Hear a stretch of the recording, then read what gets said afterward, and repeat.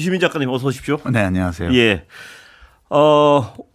다시 좀 겹치는 부분이 있어도 여쭤보겠습니다. 오늘 선거 어떻게 보셨습니까, 맨 처음에?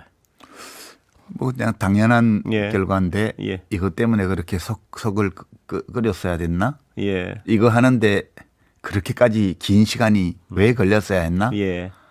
그리고 뭐 대한민국이 살아있네. 예. 예. 예. 그런 거 좀 확인된 것 같아요. 예. 선거 자체는 어떻게 보셨습니까? 좀 들으실 때 어땠습니까? 선거 자체는 뭐 다른 가능성이 없었기 때문에 근데 이제 본안에 관해서는 5개 쟁점 모두에 대해서 어떤 소수 의견이나 뭐 예. 보충 의견이나 개별 의견도 없이 완전 전원 일치로 그렇습니다. 판결을 예. 한 거거든요. 예. 그래서 그 정도로 이제 법원 상식의 최소한이다라는 격언을 예. 확인해 준 게 아닌가. 예. 그렇게. 이거 하나 좀 가벼운 질문인데 여쭤보고 좀 지나가겠습니다. 유 작가님은 작가시고 문장가 아니십니까? 예. 오늘 선고문을 문장적 평가는 어떻게 하십니까? 혹시 그 법적인 부분 말고. 예, 오늘 선고문은 이제 우리나라의 헌법을 수호하는 최종적인 예. 기관이잖아요. 그런 위상에 맞는 문장이었다고 예. 봐요. 그러니까 일반 시민들과 이 원활하게 소통하려는 예. 노력 예. 이런 것들이 묻어 있는 문장이어서 이제 어떤 헌법연구관과 헌법재판관이 주도했는지는 모르겠지만 과거의 많은 그 결정문 물론 요약이긴 한데 에 비하면 보통 사람의 언어로 예. 충분히 예. 이해할 수 있게끔 예. 썼다는 점에서 저는 높은 점수를 예. 줬습니다. 말씀하신 대로 저도 딱 그 부분. 그러니까 굉장히 어떤 좀 건조하면서도 쉽고 일반인의 언어로 예. 썼다. 그러니까 법원 그 판결문 가끔 보면 괜히 쓸데없이 어려운 말하면서 폼 잡으려는 판결문도 많은데요. 아니, 그 폼을 잡으려는 게 아니고 그런 언어밖에 몰라서 그랬는데 아, 예. 이번 이 발표문은 보면 일반 시민의 언어를 알려고 노력한 예. 흔적 같은 예. 것들이 많아서 그래서 아마 판결 내용도 예. 아무런 이견 없이 될 수 있었던 게 아닌가 하는 예. 생각도 좀 하죠. 판결 내용으로 좀 들어가 보면요. 어떠셨습니까? 뭐 가장 기억에 남는 내용이랄까요? 어떤 부분이 가장 들으실 때 기억에 남았습니까? 저는 좀 예. 우스운 얘기인데 예. 이제 5번째 쟁점이 원래 정치인 법조인 체포 이거였는데 정치인은 2번째 쟁점 국회 봉쇄하고 엮어서 판결을 했고요. 예. 발표를. 예. 5번째는 법관 체포로만 따로 뗐더라고요. 예. 그래서 화가 많이 나셨구나 헌법재판관들이. 예. 그 인간적인 그로 이해할 수 있는 일이죠. 예. 예. 뭐 그렇습니다. 그 점이 좀 재밌었어요. 예. 쟁점별로 어떻게 보셨습니까? 그러니까 제가 여쭤보는 이 부분은 뭐냐면 아까 뭐 헌법학자도 모셔가지고 얘기를 나눴는데 이 정도로 어떤 세부 사항까지 일치할지는 예상하지 못했다 이런 얘기를 하시던데 동의하십니까, 작가님도? 저는 그렇게 될 수밖에 없는 그래요? 사안이라고 예. 봤어요. 그러니까 적어도 이제 헌법재판소의 심리 절차나 예. 아니면 국회의 탄핵 절차에 관해서는 일부 개별 의견이나 보충 의견이 있었지만 이 탄핵 사건의 본류라고 할 수 있는 이런 비상계엄 선포와 관련된 대통령의 일련의 행위에 그런 헌법 법률 위반 여부, 그 중대성 여부 이런 거에 대한 판단은 법 전문가가 아니라 하더라도 달리 판단할 여지가 원래부터 없는 사건이었다. 이렇게 보고 그래서 제가 아까 법원 상식의 최소한이다 이 말을 되새겼다고 했는데 상식의 최소한을 확보한 그런 판단 아니었나 생각하고요. 피청구인 측 그러니까 지금 이제 민간이 된 윤석열 씨의 입장에서 보면 완벽한 패배 맞죠? 뭐 이거는 그런데 그렇게 완벽하게 패배할 줄 모르고 그런 소리를 막 했다는 자체가 비극이죠. 그런 터무니없는 주장을 헌법재판소 법정에서 막 할 수 있는 사람이 우리나라의 대통령이었어요. 2년 반 넘게요. 그게 정말 얼마나 위험한 일이었던가 이런 것들을 새삼스럽게 확인해 줬죠. 근데 책도 쓰셨지 않습니까? 그 인물에 대해서는. 그래서 그의 운명에 대해서. 그의 운명에 대해서 쓰셨지 않습니까? 그는 진짜 믿었나요? 그 말도 안 되는 얘기를 아니면 지금 사후적으로 보시기에 아니면 그냥 해본 건가요? 보시기에. 정말 믿는 것 같죠. 아, 그래요. 그러니까 이게 이게 사고 방식이 예. 12.12 쿠데타를 할 때 전두환하고 거의 비슷해요. 네. 근데 이제 시대가 변했고 국민들의 의식이 변했고 군인들의 생각과 경찰들의 어떤 의식이 변했기 때문에 예. 집행이 안 된 거죠. 그러니까 지금 대한민국은 전두환이 와서 쿠데타를 해도 그렇게밖에 안 되는 예. 사회가 예. 돼 있는 거고 오늘 판결문에서도 그런 얘기를 했었죠. 예. 예. 그런 뉘앙스가 다 예. 있죠. 예. 그 이제 아무 일도 일어나지 않았지 않냐라고 주장했잖아요. 예. 윤석열 씨가. 예. 그런데 그렇게 막 그런 게 벌어지지 않은 거는 그 군경이 소극적으로 임무 그렇습니다. 수행을 했고 시민의 또 그 앞에 예. 시민들이 와서 저항을 했고 예. 그 두 가지가 합쳐져서 그런 결과가 나온 것이기 때문에 그 덕분에 이렇게 된 거니까 예. 그 피청구인의 그런 위법 행위의 중대성에 대한 판단에 영향을 미치지 않는다. 예. 이렇게 표현했더라고요. 예. 예. 굉장히 법률적으로 점잖은 표현인데 내용은 보면 예. 야, 니는 어마어마한 범죄를 저지르려고 했는데 예. 군인들이 말을 잘 안 듣고 시민들이 와서 막아서 예. 그런 비극이 벌어지지 않은 거잖아. 예. 그게 상식적인 판단이죠. 예, 그렇습니다. 저도 예. 그 부분이 가장 강렬하게 들렸습니다. 그러니까 너는 나쁜 짓을 할 의지와 계획이 다 있었지만 그렇죠. 시민들이 저항하고 군인들이 도와주지 않아서 못한 걸 가지고 내 잘못 없다 그러는 건 말이 안 된다. 이 얘기죠, 그게. 그렇죠. 예. 그래서 그런 얘기들이 아주 일상의 대화 같이 정말 이해가 되기 쉽게 그 판결문이 작성돼 예, 있더라고요. 헌법재판소에 이거는 결정문은 아니고 이건 예. 발표문이죠. 예. 결정문이 지금 나와 있을지는 모르겠는데 예. 한번 나중에 보려고 그럽니다. 아, 예. 결정문은 어떻게 쓰여 있나. 아. 그러니까 저는 글 쓰는 사람이니까 예. 문장에 대해서 민감하시죠? 예, 예. 예민하거든요. 예. 근데 일단 결정문 발표문 자체는 예. 흠잡을 데 없는 문장으로 이루어져 있었다 이렇게 예. 생각했습니다. 정치적인 부분 잠깐 넘어가 볼까요? 뭐 그러시죠. 예. 아니면 오늘 헌법 판결 가지고 혹시 꼭뭐 짚어주고 싶으시다든가 아니면 의미랄까 뭐 그 전에 그런 거 없습니다. 그거 뭐 보통의 시민들이라면 누구나 다 판단할 수 있고 공감할 수 있는 예. 내용이었다고 봐요. 예. 자, 윤석열 전 대통령은요. 어떻게 할 것이라고 윤석열 전문가시니까요. 앞으로 어떻게 아마 예. 유튜브 계정을 하나 만들지 않겠나 아, 그렇게 생각합니다. 그런 식의 예. 행위요. 예. 당이 오늘 보니까 말한 거 보니까 뭐 대통령이라는 자리가 뭔지에 대한 개념 자체가 원래부터 없었던 사람이에요. 예. 그냥 그거는 제가 그 책에서도 그냥 높이 올라가려고 예. 하는 그러니까 위계가 있는 사회에서 꼭대기까지 올라가려는 동물적 본능 예. 침팬지와 우리가 공유하고 예. 있는 그 생물학적 본능에 충실했던 사람이라고 제가 평가를 했는데 예. 개인 윤석열이 탄핵이 된 게 아니잖아요. 예. 대통령 윤석열이 탄핵이 된 거잖아요. 예. 대통령은 우리 헌법이 규정하고 있는 기관이에요. 예. 그 인간 윤석열로서 탄핵이 된 게 아니고 대통령 윤석열로서 탄핵이 된 거기 때문에 탄핵당한 대통령으로서의 말이 나와야 돼요. 예. 근데 거기는 개인 윤석열의 소회만 있죠. 예. 뭐 영광이었다는 예. 둥, 예. 어찐다는 둥, 예. 기도하겠다는 둥. 예. 그러니까 처음부터 대통령의 자질이 전혀 없었던 사람이고요. 예.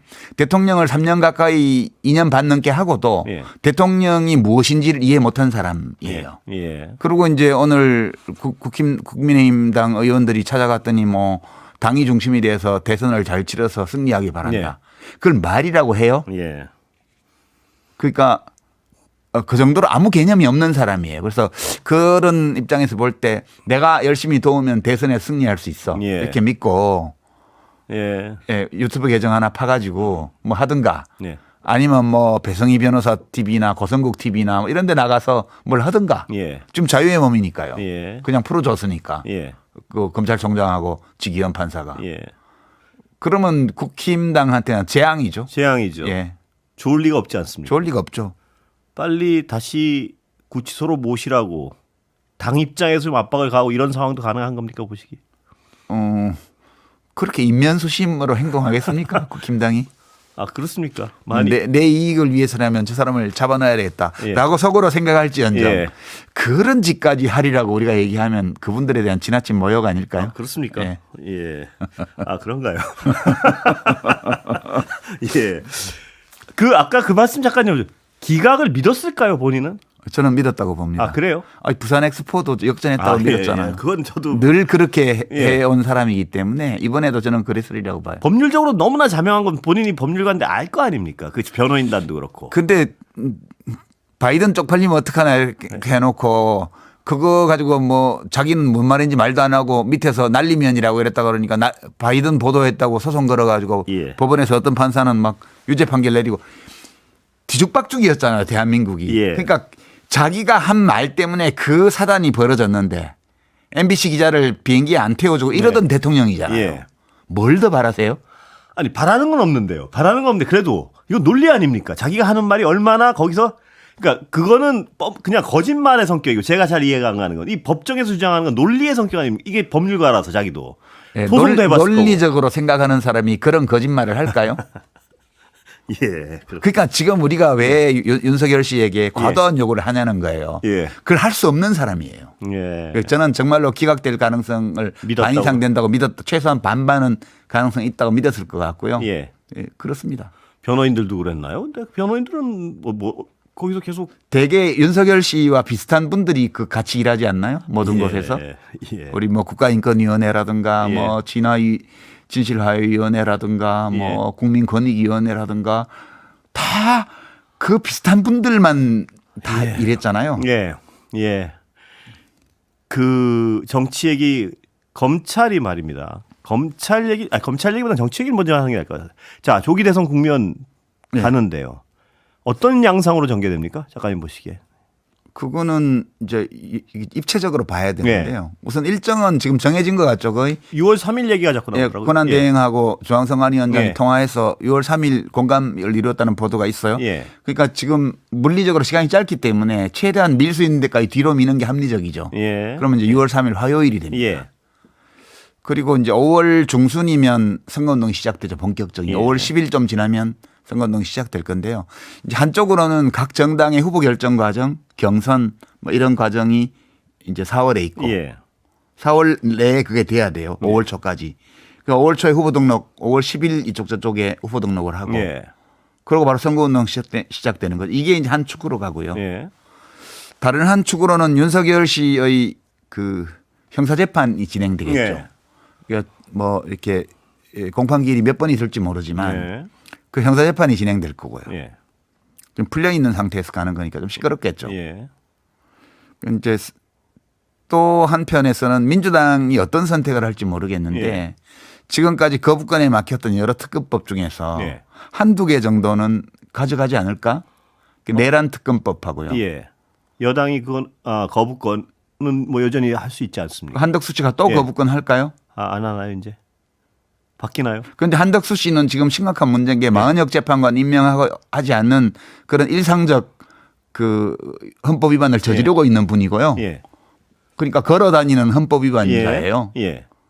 그리고 그 상설 특검도 다 아직 통과시켰는데 그 특검 임명 요청을 안 하고 있어요. 그건 예. 지체 없이 하도록 법에 돼 있거든요. 예. 그러니까 위법 행위자예요. 예. 그러니까 대통령 권한 대행이라는 분이 숨 쉴 때마다 헌법 위반, 법률 위반을 하고 있습니다. 예. 지금. 예.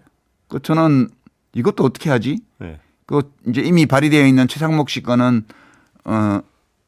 법사위에서 지금 조사를 하도록 예. 뭐 오늘 헌법재판소에서 예. 소수 의견으로 예. 법사위에서 따로 조사하는 문제 뭐 이런 예. 게 조금 있었는데 소수 의견이 아니구나. 비정부인적 주장 소개를 했잖아요. 그런데 예. 국회 재량이라고 했지만 예.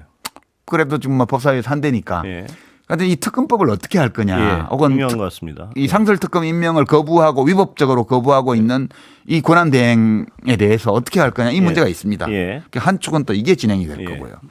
그 밖에 우리가 지금 예측하지 못하는 문제들이 생길 수 있죠. 예. 왜냐하면 명태균 특검도 예. 있고요. 예. 그 윤석열 씨가 탄핵이 되어서 이제 대통령이 아니잖아요. 예. 이게 오늘 아침까지만 해도 탄핵이 기각되거나 각하되어서 복귀할 가능성이 이론적으로 없지는 않았는데 예. 이제는 대통령실에 보안기도 다 내려갔고 그렇습니다. 예. 지휘관실에 있는 국군 통수권자 사진도 다 불태워졌고 예. 그 상황이에요. 대통령 아니에요 예. 이제. 민간, 그러면 예. 지금까지는 복귀할 가능성이 이론적으로 있었기 때문에 입을 다물고 있었던 많은 사람들이 입을 예. 열기 시작하면 지금까지 알려지지 않았던 윤석열 씨와 관련된 또 그와 관련된 예. 사람들 김건희 씨를 포함해서 더 나올 수 있습니다. 예. 이런 요소들이 복잡하게 이렇게 작용하는 가운데 대선이 치러지겠죠. 예. 저쪽 여당 쪽만 야당은 뭐 좀 구도가 단순한 것 같고요. 지금으로서는 여당 쪽은 그래서 누가 가능하다고 보세요? 앞으로 어떤 양상으로 전개될까요? 경선을 치러야 될 텐데. 그게 지금 시간이 없어서 네. 경선 룰에 대해서 복잡한 논의를 하기가 어려울 거예요. 예. 그래서 각 정당들이 지난번 대선 때 했던 룰대로 할 가능성이 많습니다. 그렇다면 그 지금 알려진 그분입니까? 보시기에 가능성이 제일 높은 그러니까 건? 지금 지난번 대선 경선 때가 70대 30으로 하지 않았나요? 예. 김이. 예. 그러니까 당원 70에 국민 여론 30인가. 예. 그래서 그렇게 기억합니다, 저도. 예. 그러면 지금 보면 나중에 또 약간 해서 나중에 결승에서 뭐 50대 50인가 뭐 이렇게 약간 바뀌는 것도 같고. 국힘당의 당원 베이스가 예. 지극히 비이성적인 예. 대로 지금 와 있기 때문에 국힘당 정치인들이 그렇게 만들었어요. 예. 그래서 그쪽에서 보면 압도적으로 김문수 노동부 장관의 지지율이 높게 나오죠. 예. 그 지난번 룰대로 하면 그 가능성이 좀 있지 않나? 그쪽으로 가는 것 같습니까 보시기에? 지금 참, 이 관성으로 보면 난감한 문제죠. 예, 그게. 예. 그게 생각하면 김문수 장관은 국회에 나와서 답변할 때도 보면 예. 이제 귀가 더 어두운지 예. 이렇게 반응이 예. 0.5초, 1초 늦어요. 예. 참 깝깝합니다. 국힘당도. 거기서 근데 원희룡 전 장관은 왜 그 모든 일을 해줬는데 거론이 안 되나요? 작가님 보시기에는. 그 하고 해달라는 일은 다 해준 것 같은데요. 깜이 아닌가 봐요. 사람들이 보기에. 아니 김문수 장관님도 그쪽에서 봐도요. 뭐 둘이 그렇게 비교해서 어떤 질적 차이가 나진 않지 아니 않아요? 그렇기도 하고 홍준표 시장이 지금 예. 이미 대구시장 사표 낸다는 보도가 아까 나온 것 같은데요. 그렇습니까? 예. 예. 뭐 이제 다 뛰어들겠죠.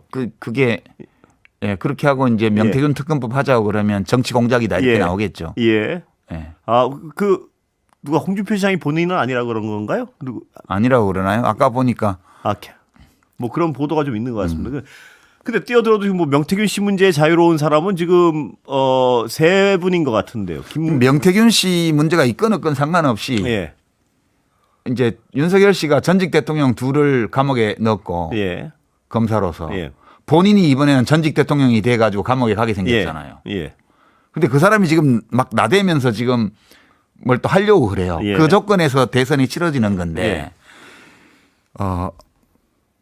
직전 대통령을 배출한 정당이 그 대통령이 파면당하고 감옥 갈 판인데 예. 대선에서 또 이기겠다고 말하는 자체가 좀 이상한 예. 거 아니에요? 근데 그렇게 말을 하겠죠 또 지금은 예. 하고 있습니다 이미. 예. 반드시 이겨야 된다는 오늘 말이 나왔습니다 오늘. 뭐 예. 뭐라고 하든 예. 그거는 우리의 이성적 사고에 입각해서 보면 예. 후보를 내지 말아야 도의적으로 맞는 예. 거죠. 예. 예. 아주 일각에서는 그 얘기도 나오는 것 같고요. 예. 어차피 내봐야 안 되니까. 예. 저는 그렇게 보고요. 예. 뭐 국힘당이 후보를 잘 만들어서 내도 어려운 이유는 또 하나 더 있습니다. 예. 뭡니까? 거기가 지난번 대선 때를 생각해 보면 윤석열 씨는 최대 연합을 해서 당선이 됐거든요. 예. 그러니까 안철수 씨하고 통합해서 이제 중도 보수 대통합을 했습니다. 예. 그리고 당내에서는 그 당시 이준석 당대표가 젊은 세대당 예, 그런 대표성을 좀 가지고 하고 있었고, 그러니까 보수와 중도를 다 통합하고 정치적으로. 그리고 대다수의 언론의 지원을 받았어요. 네, 그렇습니다. 예. 예. 뭐 기업들도 사실 음으로 다 지원했다고 예. 저는 판단하는데, 그러니까 뭉칠 수 있는 모든 세력을 다 뭉쳐서 예. 0.7%를 이긴 그렇습니다. 거거든요. 예. 그리고 대통령이 되고 나서 이준석 쫓아내고부터 안철수 내치고 예. 박대하고 이렇게 시작해서 연합을 깨기 시작해가지고 예. 극우 유튜브에 빠지면서 언론하고도 등측을 졌고요. 예. 그러니까 자기 자신을 대통령으로 당선시켜준 집권 연합을 예. 자기 손으로 다 해체해 버렸거든요. 예. 그 결과가 탄핵입니다. 지금. 예. 그렇기 때문에 탄핵이 된 거예요. 예.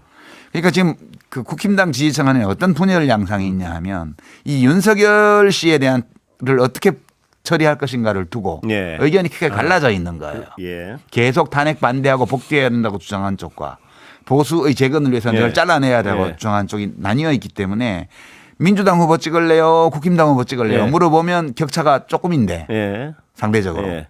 후보를 넣고 이쪽에 이재명을 넣고 이쪽에 그렇습니다. 누구를 넣어보면 예. 두 배로 벌어집니다. 그 예. 이유가 뭐냐 하면 국힘당 지지층은 특정 후보 하나로 모이지를 않는 거예요. 예. 그러니까 윤석열 씨가 대통령이 되고 나서 권력 행사를 하는 과정에서 집권 연합을 다 해체했어요. 잠깐 광고 듣고 다시 그러시죠. 다시 돌아오겠습니다. 아까 그 여당 상황 여쭤보다 말았는데요. 그러면 지금 상황에선 여당 입장에서는요. 대선에서 이길 가능성이 없다는 건 본인들도 굉장히 적다는 거. 이길 가능성이. 본인들도 인지하게 되면 그냥 정서적으로 어떤 당기는 사람들한테 투표를 할 가능성이 많고요. 경선 과정에서도. 예. 그리고 대선이 어차피 포기 상황 비슷하다면 당권 경쟁에 몰입할 것이고요. 그렇겠죠. 예. 그럼 저 여당은 굉장히 아까도 말씀하신 오른쪽 끝으로 지금 달려가고 있는데 저들의 미래는 어떻게 됩니까? 오른쪽도 예. 아니고요. 예. 저는 이번 사태를 보면서 도저히 이해할 수 없었던 게 계엄령을 옹호하고 예. 윤석열을 옹호하고 내란을 옹호하고 예. 그렇게 해왔잖아요. 예. 이 정당은 극우화된 것이 아니고요. 예. 반체제화됐어요. 예. 그러니까 헌정 질서 자체를 부정하는 당, 예. 내란 동조 정당이 되어 있습니다. 예. 그 이 상태로 계속 가면 예. 이제 고립되죠. 예. 이미 그저께 있었던 재보궐선거에서 뭐 팽팽하게 대결하던 데가 거제인데 예. 이겼다 진다. 그렇습니다. 예. 거기에서 18%포인트로 졌다는 거는 예. 투표율 50% 예. 조금 못 됐는데요. 심각한 문제거든요. 예. 그런데도 뭐 패배한 게 아니다 이런 얘기나 해대고 예. 그러고 있어서 저 당은 대한민국 정치와 사회의 큰 우한거리가 됐다 지금. 예. 그렇게 저는 봅니다. 집권할 가능성은 없고요. 아예 예. 없다. 예. 예. 그 당원 베이스 자체가 분열돼 있어서 어느 후보를 갖다 넣어도 집중이 안 됩니다. 예. 그러니까 지금 민주당 쪽은 이재명 대표가 여론조사를 보면 민주당 지지층의 80% 이상을 이미 결집하고 있어요. 예. 예. 그러니까 민주당 지지자들 또는 정권 교체를 바라는 유권자 대부분이 이재명 대표를 악마화하기 위해서 여당이 지금도 국힘당은 서울 시내 다른 동네는 모르겠지만 서울 시내 온 곳에다 다 이재명 대표를 네. 비방하는 현수막을 예. 걸어놓고 있습니다. 그렇게까지 했는데 지금 이렇게 돼 있으면 뭐 성찰이 있어야 되잖아요. 예. 근데 계속 그것밖에 못 해요. 예. 그렇게 돼 있기 때문에 민주당 쪽은 최대 연합으로 가고 있고 네. 그 국힘 쪽은 4분 5일 되고 네. 있는 양상이어서 저거는 이번 대선은 뭐 사실 정권 교체되는 게 너무 당연하죠. 예. 한동훈 전 대표 측은 예. 무슨 어떤 꿈을 꾸고 있냐면요. 제가 여기 뭐 여러분 모셔서 물어보면 지금은 저렇게 극우화되고 있어도 당원들이 대선이 다가오면 그래도 나가서 붙어볼 만한 후보 쪽으로 전략적 선택을 할 것이다. 이런 주장을 합니다. 가능한 일입니까? 어떻습니까? 뭐 찬밥 더운 밥 가릴 처지가 아니니까 예. 그런 말을 할 수는 있죠. 예. 근데 윤석열 정권의 실패, 예. 그 정치를 완전히 다 목졸라 죽이고 혼자서 전행을 시행령으로 법률을 무시하고 예. 이렇게 했던 그 모든 일들의 책임자를 윤석열 다음으로 묻는다면 누가 될까요? 예. 한입니까? 예, 저는 한동훈 씨라고 예. 봐요. 그 이재명 대표를 법으로 올가놔서 잡아넣으려다가 안 되니까 군대를 동원해서 국회를 예. 없애버리려고 그랬다고 저는 예. 생각해요. 예. 그런데 그 일에 제일 앞장선 사람이 누구죠? 한동훈 예. 씨 아니에요? 예. 그 말씀 나온 길에 여쭤보겠습니다. 언뜻 일반적으로 생각하기에는요. 이재명 대표는 이 정부 들어서 수사를 받고 뭘 이들한테 그러니까 해코지의 측면에서 서로 공격의 측면에서 한 게 없는데 왜 그렇게 극도의 뭐랄까요 두려움의 대상인 거나 극도의 혐오의 대상이 됐나요? 저쪽 분들한테는. 그게 이제 옛말에 예. 때린 놈은 맞은 놈은 다리 뻗고 자는데 때린 놈은 어거리고 잔다 그런 말이 있습니다. 경상도에서는 쓰는 속담인지 모르겠는데 예. 그 이제 어릴 때 제가 밖에 나가서 누구한테 맞고 들어오면 예. 우리 어머니가 그렇게 저를 위로해 주셨거든요. 예. 저도 들어본 속담입니다. 맞은 예. 놈은 펴고 자고 예. 때린 놈은 어거리고 잔다. 예. 그러니까 자기들이 가해자기 때문에 예.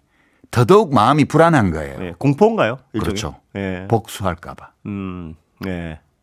나쁜 짓을 안 했으면 예. 두려워할 이유가 없어요. 예. 근데 스스로 예. 해코지를 했다고 생각하는 거예요. 그래서 두려운 거죠.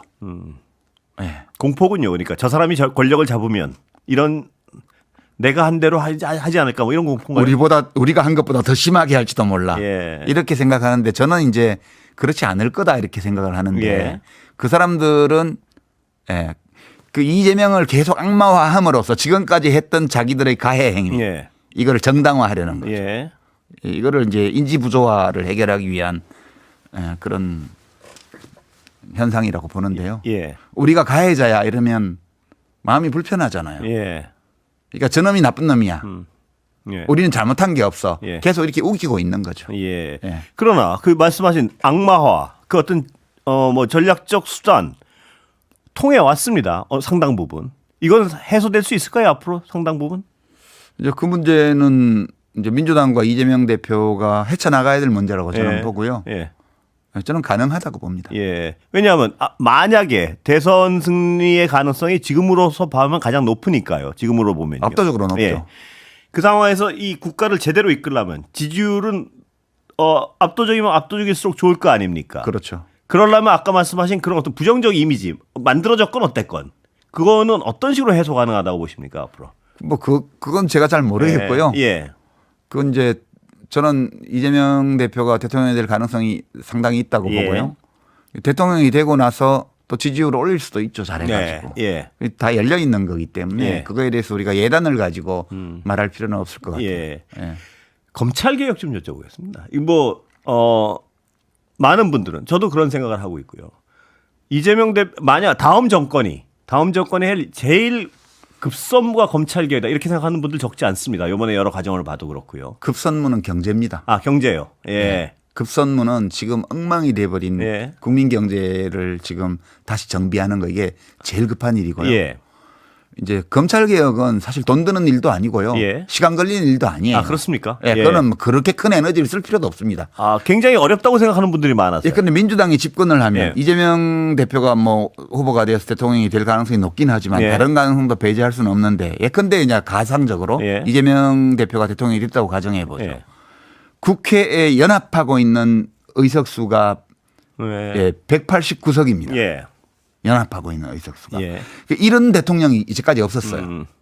행정 권력과 입법 권력을 다 짚고 있는. 그럼요. 그러니까 문재인 대통령도 처음에는 123석 가지고 대통령이 됐습니다. 예. 총선을 거치면서 후반기에 가서 180석이 됐죠. 예. 그러니까 처음에 출발할 때부터 190석 가까운 의석의 지원을 받으면서 대통령이 되는 거거든요. 예. 그리고 인수위 기간도 없습니다. 곧바로 집행을 하게 되죠. 예. 그러면 검찰개혁은 그것이 최우선 과제이기 때문이 아니라 돈도 안 들고 시간도 별로 안 걸리는 일이어서 예. 신속하게 해야 되는 거죠. 뭐 그 어렵다는 분들은 검찰의 어떤 그 조직적 강함, 권력 뭐 이런 것 때문에 그렇게 쉽지 않을 걸 뭐 이런 얘기하는 분들에게 뭐라고 말씀하십니까? 검찰은 지금 많은 국민들이 예. 검찰은 합법적인 정부 조직인데 예. 하는 행태는 범죄 조직과 비슷하다. 예. 그렇게 지금 보고 있거든요. 예. 그리고 이렇게 수사권과 기소권을 독점하고 있고 기소 편의주의 그것도 예. 하거나 말거나 누구 간섭하는 사람도 예. 없고 거기다 수사권까지 행사를 하고 이렇게 되니까 내가 수사한 사람을 내가 집어넣을 거야. 예. 이렇게 되고 이 막강한 권한을 정치적으로 편향되게 사용해 왔고 지금까지. 예. 그리고 윤석열 피의자를 풀어줄 때도 그게 그 구속 취소 결정을 법원이 예. 내려도 예. 그 즉시 항고가 가능한 일주일 동안은 못 풀어주게 돼 있는 거예요, 예. 원래. 예. 근데 검찰총장이라는 사람이 그 법원에다가 문서로 보내지도 않고 예. 곧바로 검찰을 지휘해서 법무부 교정국하고 해서 풀어줘 버렸잖아요. 그거는 그 위법 석방이었거든요. 예. 제가 보기에는. 예. 그 지휘원 판사의 구속 취소 결정도 위법 판결이에요. 형사소송법의 명문 규정에 어긋나는 판단이라고요. 근데 그거를 기다렸다는 듯이 검찰이 그 짓을 하는데 검찰 내부에서 단 1도 비판이 없습니다. 예. 그러니까 저 조직은 거의 그 자기의 이익을 위해서 국민의 이익을 위해서 일하는 조직이 아니고 예. 자기의 이익을 위해서 활동하는 범죄 조직처럼 돼 있습니다. 예. 저기는 완전히 기소만 하는 예. 기소만 담당하는 그 조직으로 가야 되고요. 예. 그다음에 그 검사가 기소권을 편의적으로 불법적으로 그 행사하는지 여부를 감시를 엄청 강화해야 되고요. 예. 그 점에서 공수처를 더 키워야 되고요. 예. 이런 조처들은 예. 별로 어려운 작업이 아니에요. 예, 그 마음만 먹으면 되는 거예요. 그래요? 예, 저는 이거는 그 민주당이 다시 집권을 하면 또 검찰에서는 우리 칼 써 할 예. 거예요. 예. 그 칼을 쓰면 안 됩니다. 그게 그 독배예요, 독배. 유혹은 딱 하나 그거란 예. 말씀이시죠? 예. 우리가 당신 괴롭힌 거 이상으로 예. 저쪽을 죽여줄게. 예. 이럴 거예요. 그 유혹만 벗어나면 그럼요. 개혁 자체는 그리 어렵지 않을 것이다. 그 뭐 국회 입법안도 다 나와 있고요. 예. 그거 처리하면 법대로 그냥 다 되는 거예요. 대통령이 거부권 행사 안 하면 되니까. 예. 저는 이재명 대표가 되었든 예. 아니면 다른 어떤 정치인이 되었든 예. 민주당에서 대통령을 당선시키게 되면 예. 그 일은 무조건적으로 해야 되고 예. 하리라고 봅니다. 빨리 할 수 있다고 보시는 거군요. 그거는 소위 비예산 사업이에요. 예. 예. 입법 권력과 행정 권력은 다 가지고 있기 때문에. 그럼요. 예. 어렵다고 말씀하시는 분들 많은데요. 그거는 예. 저항. 저항을 뭐 어떻게 해요, 네. 공무원이? 네. 근데 그거를 두려워하면 힘을 가지는 거예요, 검찰이. 예. 두려워하지 말아야 됩니다. 예. 예. 자, 아까 그런데 작가님도 말씀하셨지만 이 윤석열 정부 2년여 동안요. 너무 짧은 시간에 많은 부분을 시스템을 망가뜨려서 뭐 고칠 부분이 많은데요. 경제 말씀하셨습니다. 예. 경제가 1번이라고. 후유증 크겠죠? 크죠. 이거는 네. 진짜 시간이 많이 걸려요. 예. 경제는 뭐 여기 짧은 시간에 다 말씀드릴 예. 수는 없지만 우리 경제가 이렇게 망가지게 된 이유는 예. 첫 번째는 외부 쇼크에서 시작된 거예요. 예. 중국 정부가 의도적으로 한국 수입을 반토막 냈습니다. 예. 윤석열 대통령 취임하자마자. 예. 그리고 중국 정부로 하여금 그렇게 하도록 만든 것은 최상목 씨를 비롯한 예. 그 윤석열 대통령 참모들의 그 경박하고 무책임한 은행이에요. 네. 그러니까 지금 미국이 예전에 소련을 견제하고 싶었을 때는 중국과 잘 지냈어요. 예. 그게 닉슨 대통령 때 예. 했던 핑퐁 외교 예. 대탕트입니다. 그리고 소련이 무너질 때까지는 중국과 잘 지내다가요. 예. 지금 이제 중국이 경제 개혁을 하고 이렇게 해서 성장해서 GDP가 미국이 70%까지 쫓아오니까 예. 지금은 지정학적인 라이벌을 중국으로 설정을 하고 예. 중국을 고립시키기 위해서 모든 일을 하고 있는 예. 거예요. 지금 윤석열 정부가 이 미국의 중국 봉쇄 전략이라는 이 군사 정치적인 노선 여기에 우리 국익을 팽개치고 예. 올라타 가지고 예. 화를 자초한 겁니다. 예. 지금. 거기서 시작해서 감세 정책으로 정부 재정이 취약해지고 예.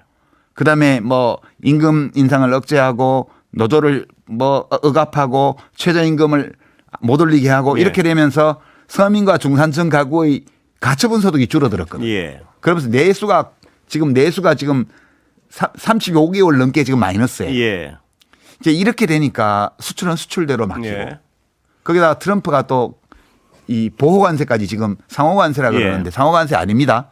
예. 리시프로클이라는 단어를 미국 쪽에 쓰니까 우리 예. 언론들도 전부 상호관세라 예, 그렇게 그러는데 하죠. 예. 상호관세는 서로 관세를 매기는 게 상호관세인데 예. 예. 우리는 미국에 관세 매기는 게 없어요 아직까지. 미국은 그렇게 주장은 하고 있고. 주장 예. 그건 보호관세입니다. 예. 미국의 산업을 보호하려는 보호관세고요. 예.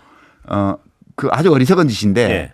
그거까지 겹쳐가지고 지금 경제가 더 어려워질 겁니다. 예.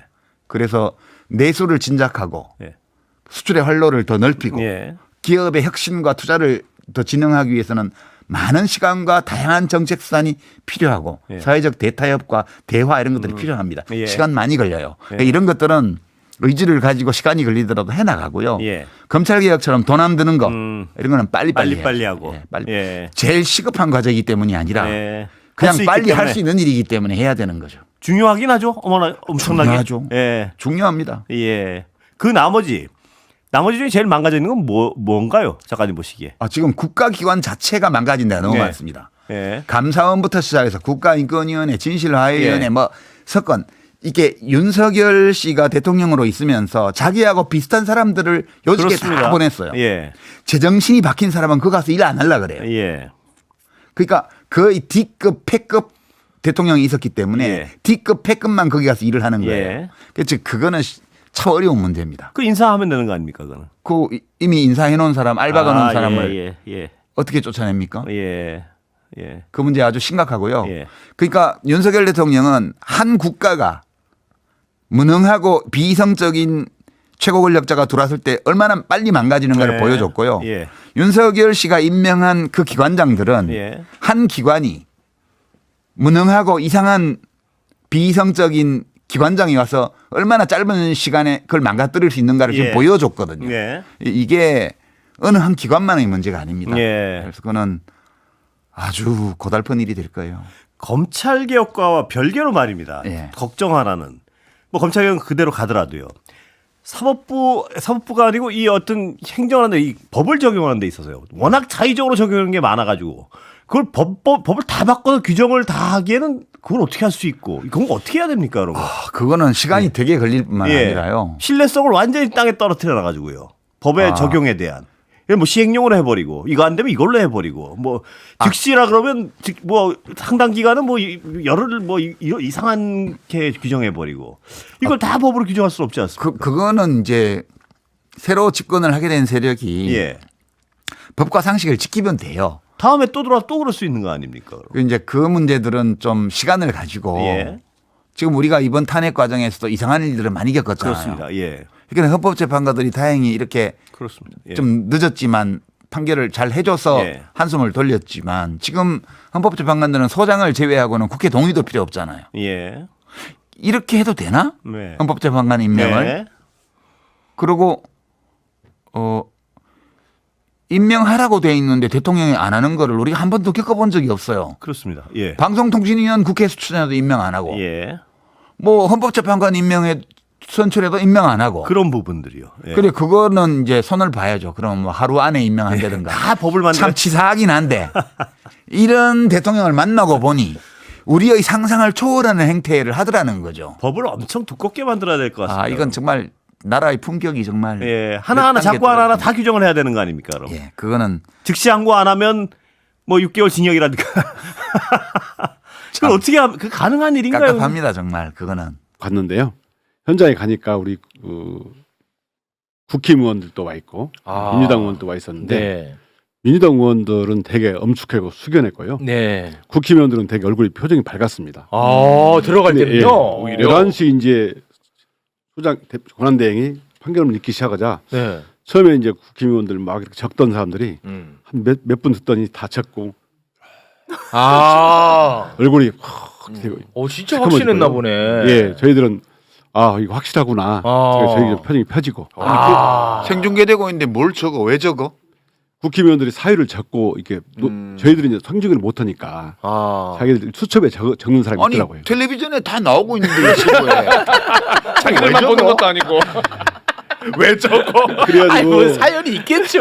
저희가 이제 11시 22분에 이제 주문이 되니까 저희들이 이제 박수를 쳤는데 네. 저 국힘의원 박수 소리가 나왔었거든요, 예, 실제로. 예. 저희들이 의원님들이 친 거예요? 아닙니다. 저희 측에서 탄핵 소추당. 예, 예. 친 건데 국힘의원들이 시무룩해 가지고 뭐라고 하냐면 역사의 죄인이 될 거야 어떤 분이 호구하더라고요. 네? 그래서 저희가 혼자 안 도대체 했어요? 도대체 무슨 소리냐고 저희가 막 했고요.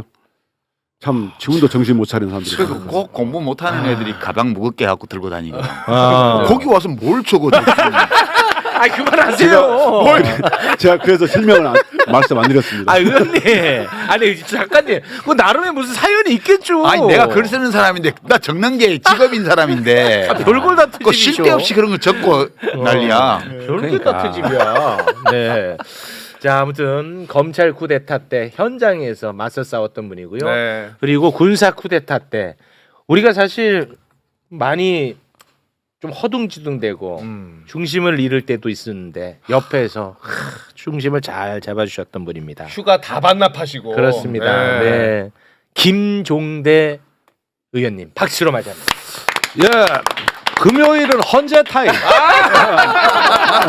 항상 역사의 헌재는 금요일에 이루어졌다. 금요일은 헌재 타임. 너무 고맙습니다. 정말 고맙습니다. 나 추자도 선장님이 바로 이렇게 참돔이 버글버글 잡힌 사진을 보냈어요. 이제 낚시하러 오라. 낚시하러 오래. 낚시하러 오라고. 진짜. 바다 낚시를 그동안 못했어요. 네. 예. 진짜. 아유. 근데 그 어제 MBC 보도 또 보셨죠? 노상원 수첩에 유심히 커다랗게 있던데. A급으로. 예. 살 만큼 살았는데 뭐 뒤지면 어때? 아니 그게 아니라 그 생선들이랑 같이 수영할 뻔했어요. 아니 진짜야. 거기 다 적혀 있어. 내가 무슨 겁주는 게 아니야.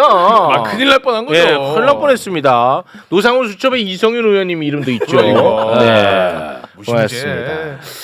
자, 그러면 일단 들어도 달콤한 윤석열 파면 주문 그 장면부터 일단 한번 보고 우리가 이야기를 좀 이어나가도록 하겠습니다. 100번 봐도 아깝지가 않습니다. 아깝지 않습니다.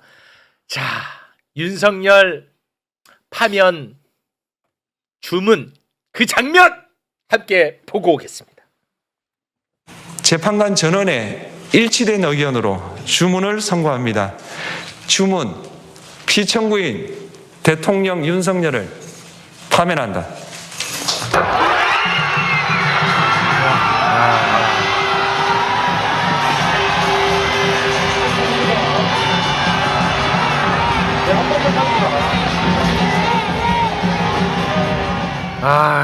너무 감사합니다, 진짜. 네. 문영배 재판관이 다른 거는 다 이렇게 보고하는데 이거는 연습을 좀 여러 번 한 것 같아. 주문 피청구인 대통령 윤석열 파면한다고 그냥 막 질러버리시더라고. 정면을 보시고. 정면으로. 어떻게 이거 어디서 보셨습니까, 우리 작가님은? 그 집에서 봤습니다. 네. 어떠셨어요? 그냥 예상했던 판결이긴 한데 네. 그것도 역시 세상에서 제일 듣기에 좋은 아름다운 문장이라는 생각이 들었어요. 피청구인 대통령 윤석열을 파면한다. 예. 11시 22분? 11시 22분. 예. 이 문장은 자주 들으면 안 되겠지만 자주 들으면 안 되죠. 지금은 아름다운 문장이구나. 아까 환호하는 장면을 네. 영국의 BBC 특파원이 짤막하게 제1보를 올렸어요. 월드컵 우승한 나라 같아요. 그 이상 아닌가? 그 월드컵의 결승골을 딱 넣었을 때 환호하는 네. 그 모습 같더라는 거야. 그래가지고 한국이 월드컵 우승한 나라 같다. 그래요? 네. 근데 저는 2002 월드컵도 경험을 했고 네. 이번에 오늘도 이거 경험을 했는데 느낌은 저는 진짜 되게 달라요. 맞아요. 월드컵 때 4강 진출은 막 진짜 막 기분 좋아갖고 막 난리 쳤었고 이거는 온몸에 힘이 쫙 빠지면서 눈물이 탁 나더라고요 저는. 그러니까 이걸 내가 어떻게 표현해야 될지는 모르겠더라고요. 그러니까 그만큼 간절했던 것이고요. 제가 네. 볼 땐 최욱 씨도 그렇고 또 일말의 불안감도 있잖아요. 그게 한꺼번에 해소가 되니까 그러니까 힘이 빠지는 거예요. 여기에 온 힘을 다해서 집중하고 있었는데 어쨌든 결과가 나오니까. 그런 건 아니고 내가 그래요? 보기에는 이제 그 A급 수거 대상하고 너무 자주 어울려가지고 같이 이제 참돔 밥 될 뻔했어. 그거에서 놓여놨잖아. 이제는 뭐 한시름 났다. 나도 안심. 그렇지. 나도 생존 모르게. 본능이 발동한 거지. 네. 이제 살았다. 이제 살았다. 근데 진짜 몸에 확 힘이 빠지면서 아무튼 내가 내 감정을 좀 주체를 못했습니다 아까. 맞아요. 진짜 약간 살았다의 느낌도 있었던 것 같아요. 이제 살았다. 나 혼자서 이거 막 보고 싶어. 다시 또 집에 가서 몇 번 돌려볼까요? 혼자 온전히 이 감정을 느끼고 싶습니다. 네. 그런데 이제 반면에 윤석열 대통령 관저 앞에도 집회가 있었거든요. 맞아요. 이 장면을 정광훈 집회에서도 틀었어. 거기도 우리나라 국민이니까 보고 있더라고. 재밌습니다 이거. 반응 잠깐 보고 오겠습니다. 주문 피청구인 대통령 윤석열을 파면한다. 어떻게 된 거예요?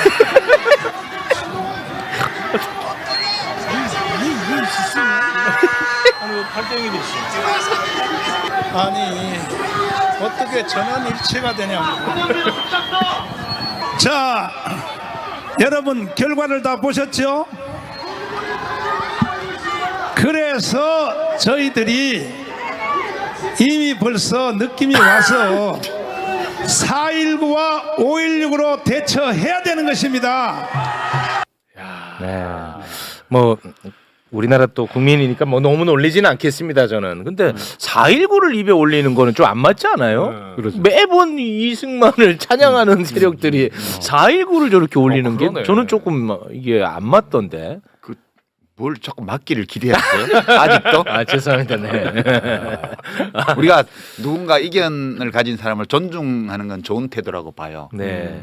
그러나 존중하는 것은 좋은데 과도한 기대를 하거나 네. 요구를 하는 것은 네. 적절치 않아요. 알겠습니다. 네.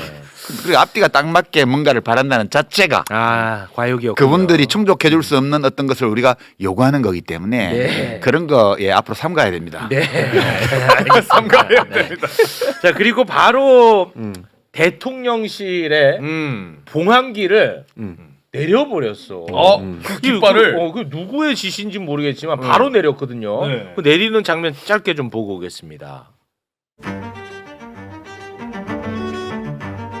걸려 있는 거지. 네.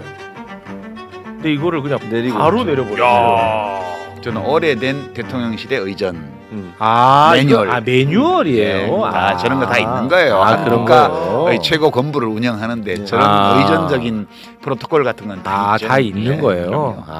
확실히 윤석열이 파면되니까 그 프로토콜이 작동하네요. 그렇죠. 어. 대한민국이 이제 정상을 회복했다는 어. 사실 그 동안에 프로토콜이 다 작동을 안 했거든. 그러니까요. 근데 이제는 그게 정확하게 작동을 한다는 방증이군요. 그러니까 누군가 지시는 해야 그런 게 되잖아요. 아니라는 거야. 아. 매뉴얼대로 따라간다는 거야. 김종대 의원도 잘 아시겠지만 청와대 근무하셨죠. 네, 그러기도 하고 또 군부대도 지휘관이 있을 때 별 그 깃발이 올라가지만 지휘관이 없으면 내려와요. 그러니까 결국은 대통령이 부재하고 대통령이 이제 파면됐다는 걸 상징적으로 보여주는 게 네. 부재한 대통령이 아니라 부재하다는 걸 저걸로 표현하는 거죠. 그럼 뭐 지금 군대에서도 좀 움직임이 있습니까? 대통령 군대에서도 없다는 움직임이 거예요. 이런 거 없다는 것처럼. 군대에서는 네. 그 윤석열 사진 있잖아요. 네. 왜냐하면 그 국군 통수권자이기 때문에 지휘관들, 예를 들면 군부대 지휘관들 집무실에 사진이 붙어 있습니다. 그 사진 다 내려서 소각시키고 있다는 그런 보도가 나왔습니다. 그리고 그뿐만이 아니라 전 세계 이제 제외 공관 있잖아요. 그렇죠, 네. 거기서도 사진 다 내려가. 근데 이거는 뭐 꼴배기 싫어서 내리는 게 아니라 원래 그거는 이제 매뉴얼. 매뉴얼대로. 이제 매뉴얼대로 작동한다. 네. 대한민국. 검찰도 그러겠죠? 예, 검찰 사진이 없습니다. 그래요? 어디다 대고 검찰이 어떤 조정인데 어디다 대고 어디다 대통령 사진을 걸어 5년짜리를. 그런가 보네. 역대 검찰총장 사진이면 몰라도 어디 어디 대통령 있을 거 아니야. 그러니까 역대 검찰총장 윤석열. 사진. 역대 검찰총장 사진. 검찰총장 사진은 붙어 있습니까? 붙어 있습니다. 아. 대검에 붙어 있습니다. 그건 못 되잖아. 또 중앙지검에도 검사장 사진이 붙어 있습니다. 마치 납골당 사진처럼. 근데 저렇게 얘기하면 안 되는 게 본인 사진도 붙어 있잖아. 이성임 지검장 사진도 거기에. 저는 그렇게 전시하는 걸 반대했었습니다. 반대하셨어요. 알겠습니다. 납골당 사진처럼. 네. 그 윤석열 혹시 입장 나온 거 합니다. 윤석열 입장 나온 거 있어요. 윤석열. 입장이 나왔는데 윤석열. 그동안 대한민국을 위해 일할 수 있어 영광이었다. 기대에 부응 못해서 안타깝고 죄송하다. 늘 기도하겠다. 기도. 그 와중에 기도. 정말. 참네. 알겠습니다. 아이고. 근데 누구한테 기도하는 거예요? 그러니까요. 그게 중요해. 모르겠네. 정광훈. 뭘 기도하겠어. 그 종교가 있나? 윤석열 씨가? 그 교회 다니지 않나요? 네? 뭐 교회도 가고 절에도 가고 뭐. 그거야 이제 나라의 대통령이면 국민들이 가지고 있는 종교는 다 존중해야 되니까 하는 건데 개인적으로 종교가 있는 사람이었나? 그걸 모르지. 사형 집행만은 안 되길 기도하는 거 아니에요? 그건 안 되지. 그 기도 더 세게 하세요. 어떻게 기도할까요? 아니 형사적으로 처벌 받아야죠. 당연하죠. 예. 더 세게 하도록 하겠습니다. 네, 고맙습니다. 믿어주세요. 네. 사랑의 하나님은 누구를 잡아 가두라는 기도에 응답하지 않습니다. 그렇습니까? 그래요? 네. 아니 그거보다 그러면 제가 이렇게 기도하겠습니다. 그 죄에 합당한 처벌을 내려주세요. 이렇게 기도를 하도록 하겠습니다. 네. 합당한 처벌. 고맙습니다. 그건 기도 안 해도 인간의 힘으로 다 할 수 있어. 자, 그러면 지금부터 윤석열 탄핵 심판 선고와 관련된 네. 이야기를 좀 해볼까 하는데, 아니 이거 보면은 8대 0이야. 전원 일치, 파면. 그리고 우리가 다뤘던 내용 그대로 다 적혀 있습니다. 맞아. 어떤 것도 새로운 것도 들어오지 않았고 어떤 것도 빠지지 않고 있는 그대로. 근데 왜 이렇게 우리 국민의 마음을 이렇게까지 고통스럽게 만들었냐? 왜 이렇게 길어졌느냐? 일단 이 얘기부터 잠깐 좀 하고 가고 싶은데 혹시 뭐 아니 우리 이성현 의원님이 네. 그런 정보는 제일 많으실 것 같아요. 그래도 예. 저는 오늘 다 들어봤고요. 물론 이제 탄핵 소추 사유는 100% 저희가 깔끔하게 다 받아들였고요. 깔끔하셨습니다. 이제 헌법재판소가 그 본안 판결 전에 절차적인 문제 6개를 얘기했습니다. 네. 그 절차적인 문제 가지고 오래 걸린다는 얘기가 많이 있었어요.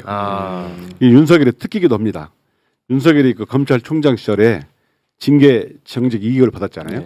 이걸 그 과정에서 절차적인 문제를 엄청 많이 제기했고요. 네. 이게 1심 소송에서도 판결문에 반절이 절차적인 문제예요. 기피, 회피, 제척 이렇게 해가지고 무려 13가지를 제기했는데 이번에도 보니까 6가지를 제기했더라고요. 사법순사의 대상이 되느냐, 네. 그다음에 법사위 조사 없이 탄핵 소추한 것이 맞느냐, 네. 일사부재의 원칙에 위반되는 거 아니냐, 네. 그다음에 형법 위반 뺀 거, 네. 그것도 내란죄 뺀 거. 내란죄 내란죄 뺀 뺀 거, 그다음에 탄핵 소추권 남용이 아니냐, 이런 거 6가지를 제기해가지고 이게 판단하는데 좀 시간이 걸린 겁니다. 네, 그 얘기를 그럼 잠깐 좀 할까요?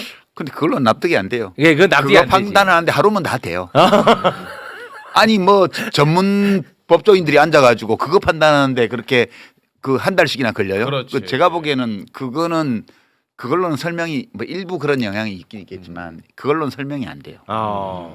그러면 요 부분을 잠깐 다루고 나서 네. 왜 그러면 지연이 됐다고 보시는지 그 얘기 잠깐 나눠보겠습니다. 이 처음에 이제 탄핵 심판 절차에 대한 문제점을 쫙 나열을 합니다. 절차에 대해. 예, 요거 다 우리가 매불쇼에서 했던 네. 얘기야. 맞아요. 우리 뭐냐면 다 아는 내용이야. 그러니까 탄핵 소추 해당 상임위 그러니까 법사위에서 이거를 조사를 좀 한 다음에 국회 본회의에서 의결해야 되는 거 아니냐 이걸 계속 문제 제기했어. 박근혜 때도 문제 제기했어. 똑같이. 그때 박근혜 때 헌재가 뭐라고 했냐? 야 그거는 국회 재량이야. 닥쳐 했는데 이번에도 똑같이 그거 국회 재량이야. 닥쳐 했어요. 요건 문제가 없어요. 깔끔했어. 네. 그리고 탄핵 소추가 한번 부결됐잖아. 부결이 아니고 투표 불성립. 투표 불성립. 그 다음에 두 번째 회기를 달리해가지고 이제 통과를 시키지 않았습니까? 네. 그거에 대해서 윤석열 쪽에서 이거 일사부재리다. 왜 똑같은 걸 한 번 더 하느냐 문제를 삼은 거예요. 네. 거기에 대해서도 야 문제 없어 얘기를 했어. 그런데 정형식 재판관님이 여기에다가 의견을 하나 쓱 집어넣습니다. 뭐라고 하냐면 다른 회기에도 탄핵 소추안의 발의를 좀 제한하게 만들어놔야 된다. 이 새끼들 너무 탄핵 소추 발의 많이 하는 거 아니냐. 이런 식의 보충 의견을 넣었거든요. 그 장면 잠깐 영상으로 보고 오겠습니다. 다른 회기에도 탄핵 소추안의 발의 횟수를 제한하는 입법이 필요하다는 재판관 정형식의 보충 의견이 있습니다. 야, 그러니까 정형식이 여기에 대해서 반기를 좀 들었던 거야. 내네. 그러니까 윤석열 쪽에 약간 좀 기울어져 있다고 볼 수 있는 거죠. 그리고 그동안 얘기가 굉장히 많이 됐던 게 내란죄 뺀 거. 이것도 박근혜 때 뇌물죄 뺐었거든. 네. 그때도 논란이 있었단 말이에요. 네. 그때도 그렇고 이번에도 그렇고 그건 괜찮다. 요거 정리를 깔끔하게 했습니다. 자, 그리고 증거와 관련해 가지고 이것도 우리가 많이 다뤘잖아. 네. 이것도 야, 괜찮다. 이번에 이제 결론을 내렸는데 여기에 대해서 조한창, 김복형 이 두 분이 약간 좀 태클을 걸었습니다. 김복형, 조한창이 탄핵 심판 제도에서도 증거 채택 요거 좀 까다롭게 해야 된다. 요런 얘기를 한 거예요. 그 장면 잠깐 영상으로 보고 오겠습니다. 탄핵 심판 절차에서 앞으로는 전문 법칙을 보다 엄격하게 적용할 필요가 있다는 재판관 김복형, 조한창의 보충 의견이 있습니다. 이렇게 된 거야. 그러니까 이 절차에 대한 문제를 삼았던 게 세 분이거든요. 이걸 만약에 세게 밀었다면 이건 각하에 대한 건이거든. 기각에 대한 건이 아니고 네. 각하. 와, 그래서 순간 좀 소름이 돋았는데 어떻게 보셨습니까? 아니 그 각각은 아니고요. 아, 앞에 그 정영식 재판관이 얘기한 거는 의견이에요, 그냥. 그냥. 예, 그 너무 이제 막 피소추인 쪽에서 피청구인 쪽에서 이제 막 그 탄핵권 남용했다고 막 그러니까 요거 약간 좀 달래주는 거구나. 막 노력을 했다는 증거는 아닌 게 아니라 경사에 인간 관계가 있는데 이 대통령이 임명한 헌법재판관인데 이 정도는 해야지. 윤석열이. 의견이에요, 의견. 이 의견을 얼마든지 받아주냐 안 받아주냐는 국회 몫이고 그 의견이에요, 그냥. 그리고 저 한 사람만 저 의견을 냈기 때문에 나머지 7명은 상관이 없어요, 저거. 그렇습니다. 나머지 또 한 건도 네. 또 이제 조한창, 김복형 두 재판관이 네. 그 형사법정에서는 지금 그 공판 중심주의라고 그래서 네. 검찰 조사라고 하더라도 그 피고인이나 증인이 나와가지고 그거 아니에요라고 말하면 법정 증언이 증거 능력을 갖도록 돼 있습니다. 네. 그러니까 이제 헌법재판소도 그렇게 하라고 계속 주장을 해왔잖아요. 윤석열 쪽에서. 네. 근데 이제 그거는 헌법재판의 취지를 벗어나지 않는 범위에서 형사소송법을 준용하는 거기 때문에 네. 그냥 했어요. 네. 근데 그거에 대해서 나름 우리 이 안에서 열심히 했어요라고 신호를 보내는 거지 지금. 네. 비용. 약간 달래기 정도. 그럼 그 정도는 해야지. 그래요? 그러고 이제 그 건에 대해서는 또 이미선 재판관하고 다른 두 재판관이 네, 맞아요. 아무 문제 없다는 식의 네. 반대 의견을 또 냈어요. 냈어요. 이미선, 김형두. 김형두. 네. 그러니까 그거는 서로 이 문제로 다툼이 좀 있었는데. 다툼이 좀 있었는데. 저쪽 그 피청구인 쪽에서 자기 편이라고 생각하고 있었던 분들이 노력했어요. 노력했어요. 라는 거를 보여준 거지. 어. 아, 우리 재판장이 되게 결정문을 잘 썼더라고. 아 그래요? 아니 그러면 작가님 이거 지금 이 판결문 보잖아요. 예. 그나마 이견 있는 게 딱 이 두 개밖에 없어요. 나머지는 다 똑같아. 맞아요. 8명이 다. 근데 이거마저도 뭐 별거 아니야라고 하시면은 이 왜 지연이 됐다는 거예요? 그러니까 그게 혹시 여러 가지 돌았던 썰 중에 지금 결정이 난 마당에 어떤 썰이 제일 유력했던 것 같아요. 제일 저희들이 이제 듣기로는 그 절차적인 문제 가지고 계속 시간을 끌는다. 끈 두가 있습니다. 앞에 말한 것처럼 네. 그 박근혜 때 지금 내란죄를 뺐다고 그랬는데 그 당시에 강일원 재판관 얘기에 의하면 내란죄를 판단 안 했다는 겁니다. 아니 뇌물죄. 뇌물죄. 뇌물죄. 박근혜 때 뇌물죄. 예, 뇌물죄를 판단 안 했다는 거고요. 두 번째 피의자 신문조서 증거 능력이 2022년부터 바뀌었습니다. 네. 그렇기 때문에 박근혜 때는 증거 능력이 인정이 됐지만 2022년 이후부터는 성립 부인하면 증거로 아예 쓸 수가 없거든요.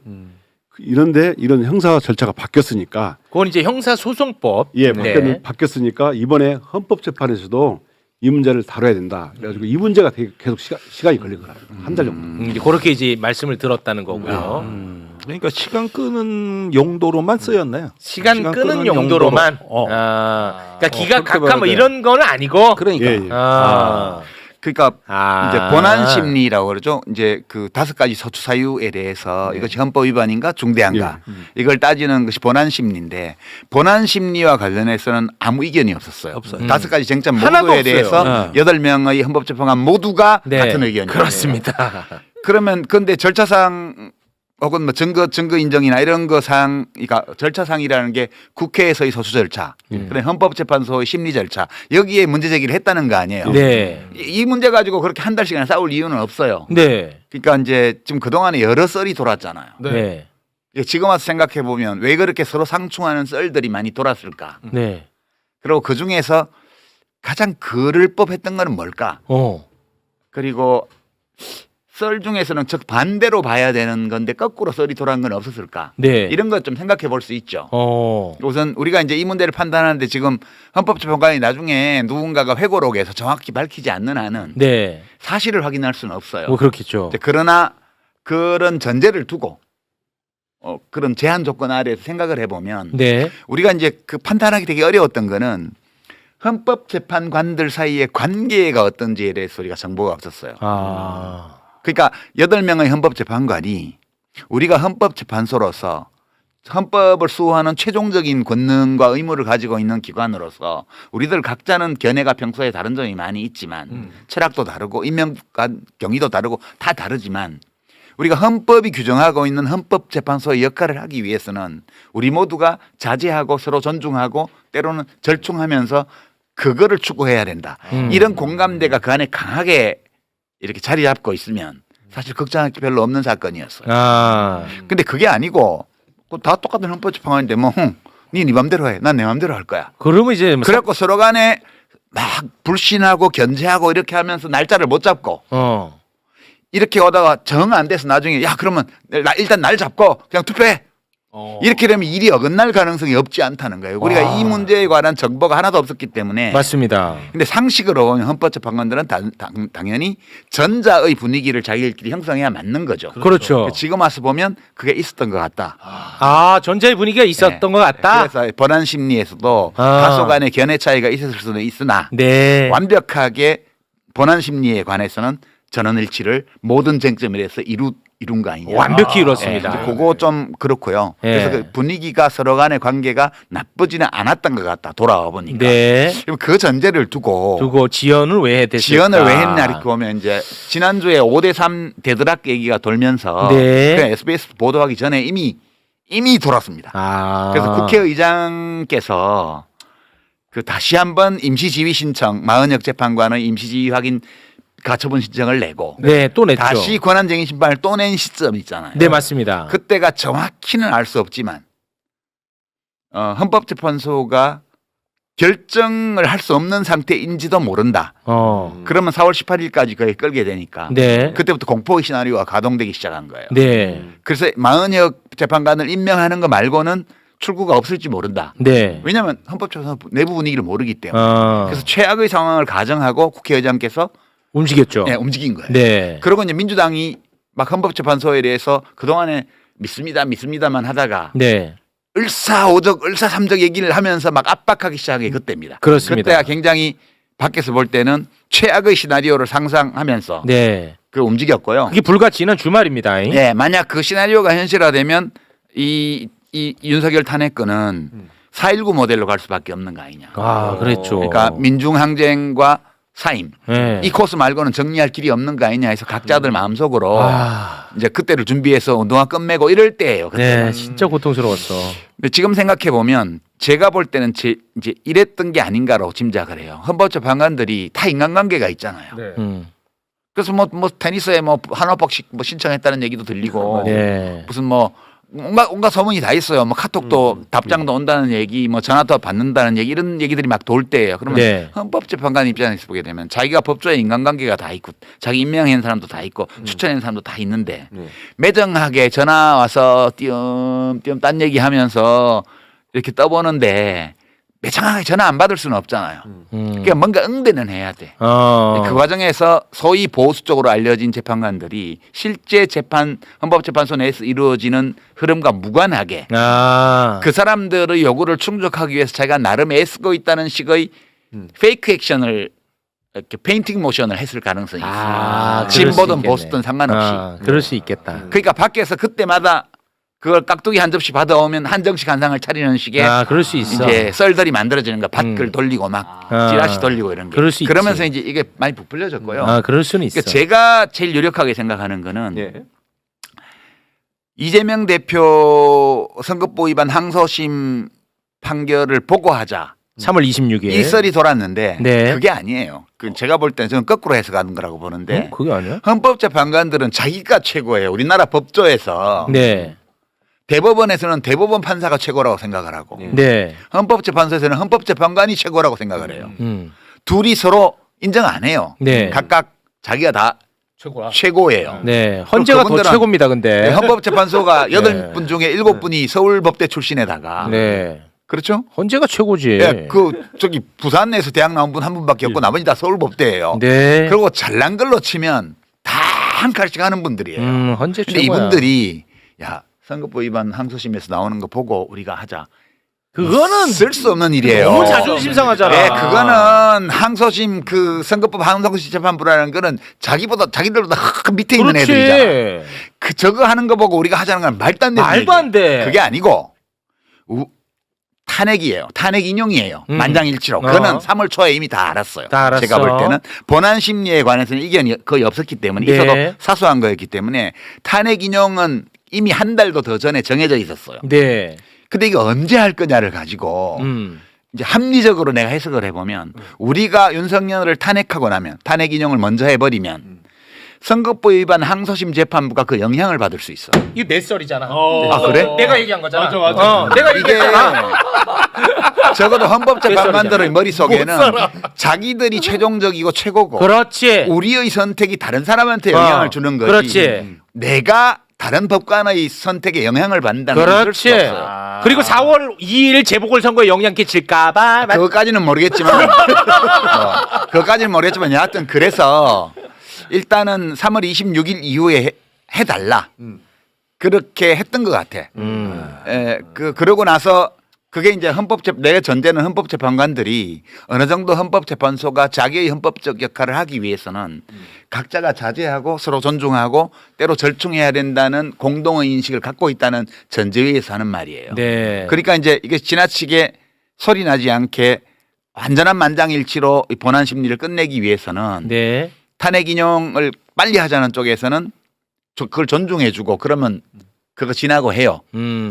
그 대신에 그거 지나면 빨리 해야 돼요. 그렇지. 라고 하고 그쪽에서는 그래 뭐 그까지 밀어줬으니까 자기들은 또 할 바를 다 했잖아. 밖에다 대고. 그러니까 끝나고 나서 11일 날 하나 4일 날 하나 이렇게 하다가 밖에서 막 돌 던져대고 막 난리 났었지. 국회에서도 그렇고. 막 국민들의 어떤 헌법재판소에 대한 신뢰도도 낮아지고 그렇지. 그러니까 그 자기의 헌법재판소라는 이 기관을 사랑하는 마음이 또 있을 거 아니에요. 헌법재판관들은 자부심과 그럼요. 그것이 되게 견디기 힘들었을 것 같아요. 아. 그래서 또 확실히 처음에 4월 11일로 했다가 4일로 땡겼는지는 모르겠으나 네. 여하튼 그 두 분의 헌법재판관 임기가 끝나기 전에 선고한다. 이것까지는 정해져 있었어. 그분들 8분이 예. 어느 정도는 돼 있었을 것이다. 네. 우리 대한민국의 보수 진보 있고 판사들 성향은 다 다르고 다르지만 네.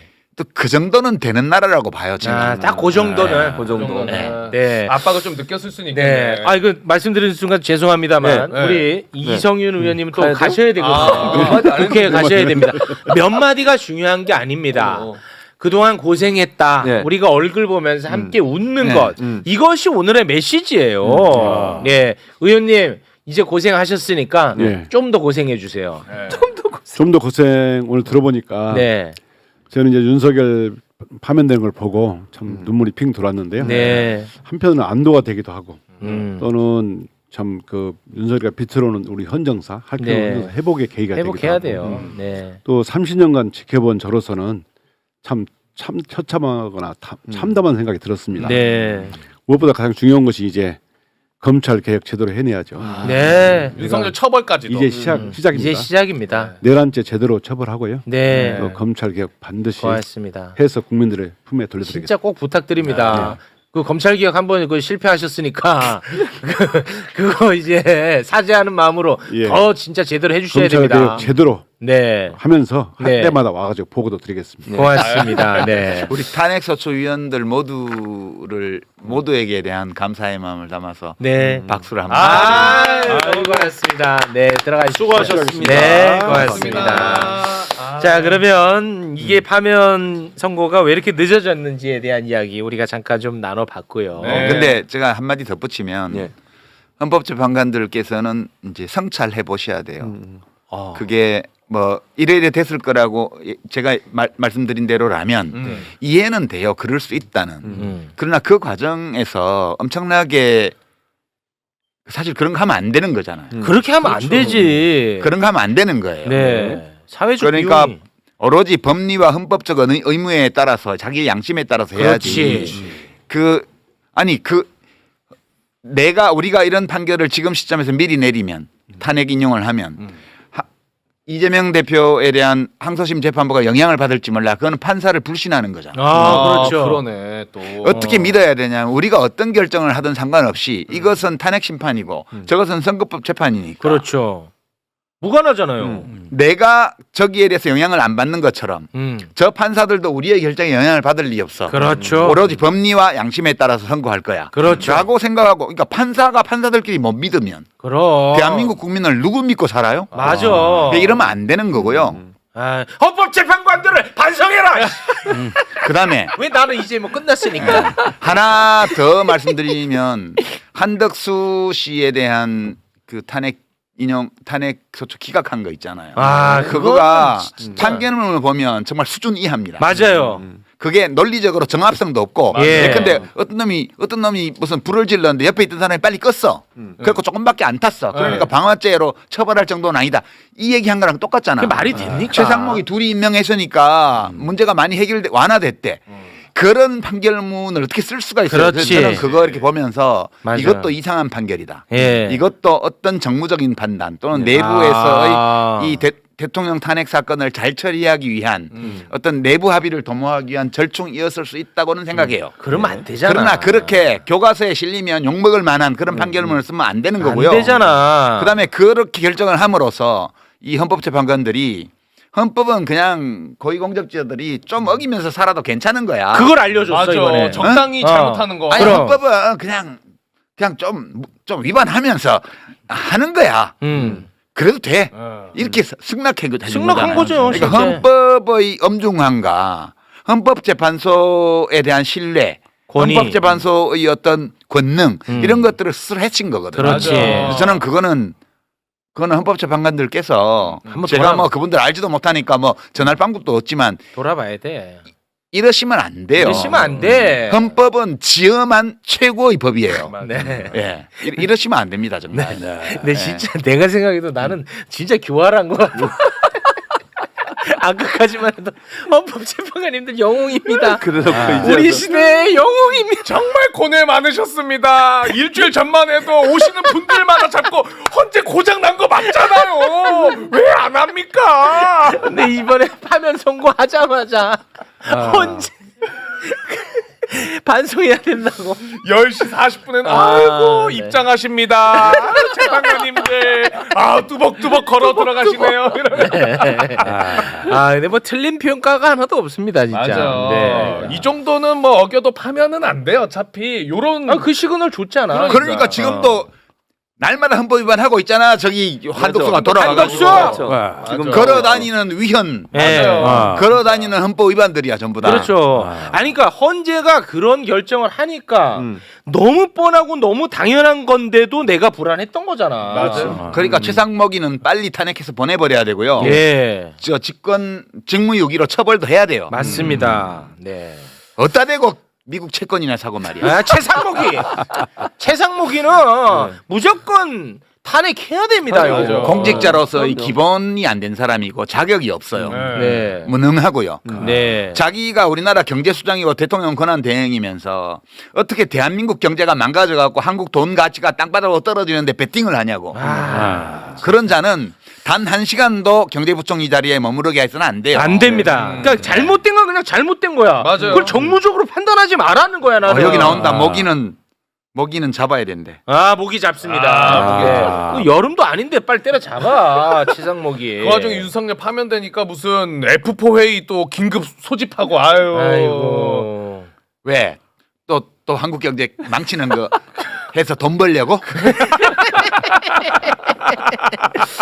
돈 벌려고. 네. 자, 그러면 이제 본론으로 들어가겠습니다. 네.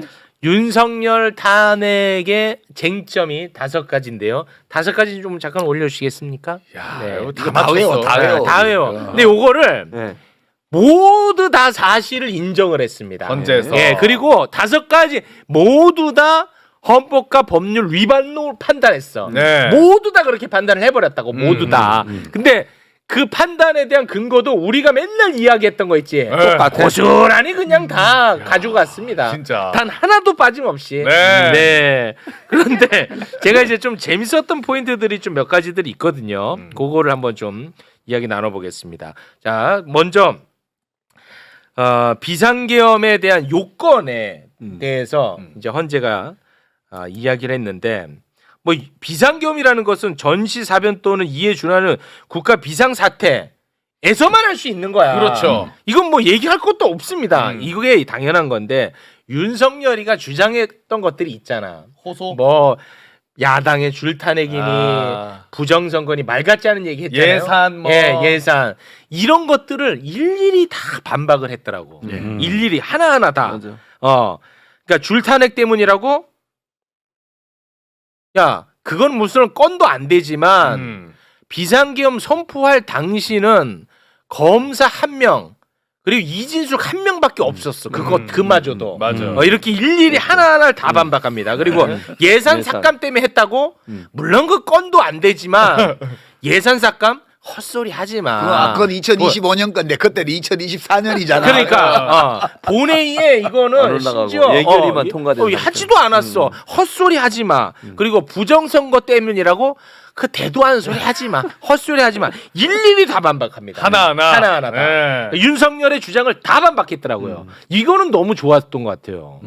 그건 당연한 거 아니에요? 아, 그런가요? 저는 성의가 굉장히 놀랍더라고요. 저런 헛소리에 판사도 참 극한 직업이구나. 그건 맞아. 저거 일일이 다 대꾸를 해야 되는구나. 네. 그 대목에서는 약간 판사라는 직업에 대한 존중심이 존중. 네. 들더라고요. 안쓰러워. 저 힘든 일이구나. 네. 저런 개소리에 다 대응을 해야 되니까. 그렇습니다. 네.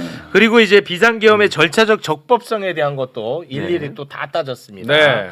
국무회의 심의 거쳐야 되는데 안 거쳤잖아. 서명 있어야 되는데 서명 없었잖아. 그렇지. 국회에 통고해야 되는데 통고 안 했잖아. 일일이 이거 하나하나 다 반박했습니다. 군인들한테도 왜 하는지 안 알려줬잖아. 예, 다 얘기했습니다. 자, 그리고 탄핵 쟁점 국회 봉쇄. 요게 굉장히 중요했잖아. 봉쇄와 관련해 가지고는 우리가 엄청나게 많이 다뤘잖아. 네. 그것도 일일이 다 이거 했더라고요. 매불서 보시나? 이거 진짜 많이 다뤘던 부분인데 뭐 의원 끌어내라 하는 것들 있죠. 이런 거 일일이 뭐 다 반박을 아니 했더라고요. 보셨을 수도 있죠. 왜냐면은 김현태가 매불쇼 헌재에서 얘기해버리니까 매불쇼 뭐야 하고 보셨을 수도 있지. 네. 얘들 잘하네. 여기서 곽종근 사령관하고 홍장원 1차장의 진술을 다 인정했다. 그렇습니다. 그러니까 이게 오염됐다 그랬거든 밖에서는. 네. 그래서 저기 뭐 민주당이 회유했다. 아, 그거 안 먹혔어요. 했다. 먹히질 않았어. 그렇습니다. 그런데 국방부 군사법원은 또 오늘 선고 직전에 또 네. 곽종근 보석. 국방사령관을 뭐가 보석으로 그거는 근데 그건 건강 문제. 아니, 건강 문제예요. 그렇게 돼 있어요. 지금 자세한 거는 안 밝히고 있는데 내가 대체로 보기에는 그렇게 돼 탄핵 있어요. 인용되고 나서 하면 속보인다 소리 들으니까 맞아요. 서둘러서 해준 거야. 윤석열이가 탄핵되니까 이제서야 풀어주는구나는 얘기를 그게 아니고, 들을까봐. 예. 그 들을까봐. 탄핵 인용은 거의 확실해 보이니까 이제 제정신이 있는 사람이면 누구나 다 탄핵 인용 될 거라고 생각을 했잖아요. 근데 국방부도 현재는 제정신이다. 군사법원도. 그래요. 그러니까 아니 박정훈 대령 무죄 때린 법원입니다. 맞아요. 네. 나는 감동했어요. 네. 군사법원 안 그러거든. 예, 맞습니다. 요즘 아주 기대가 돼.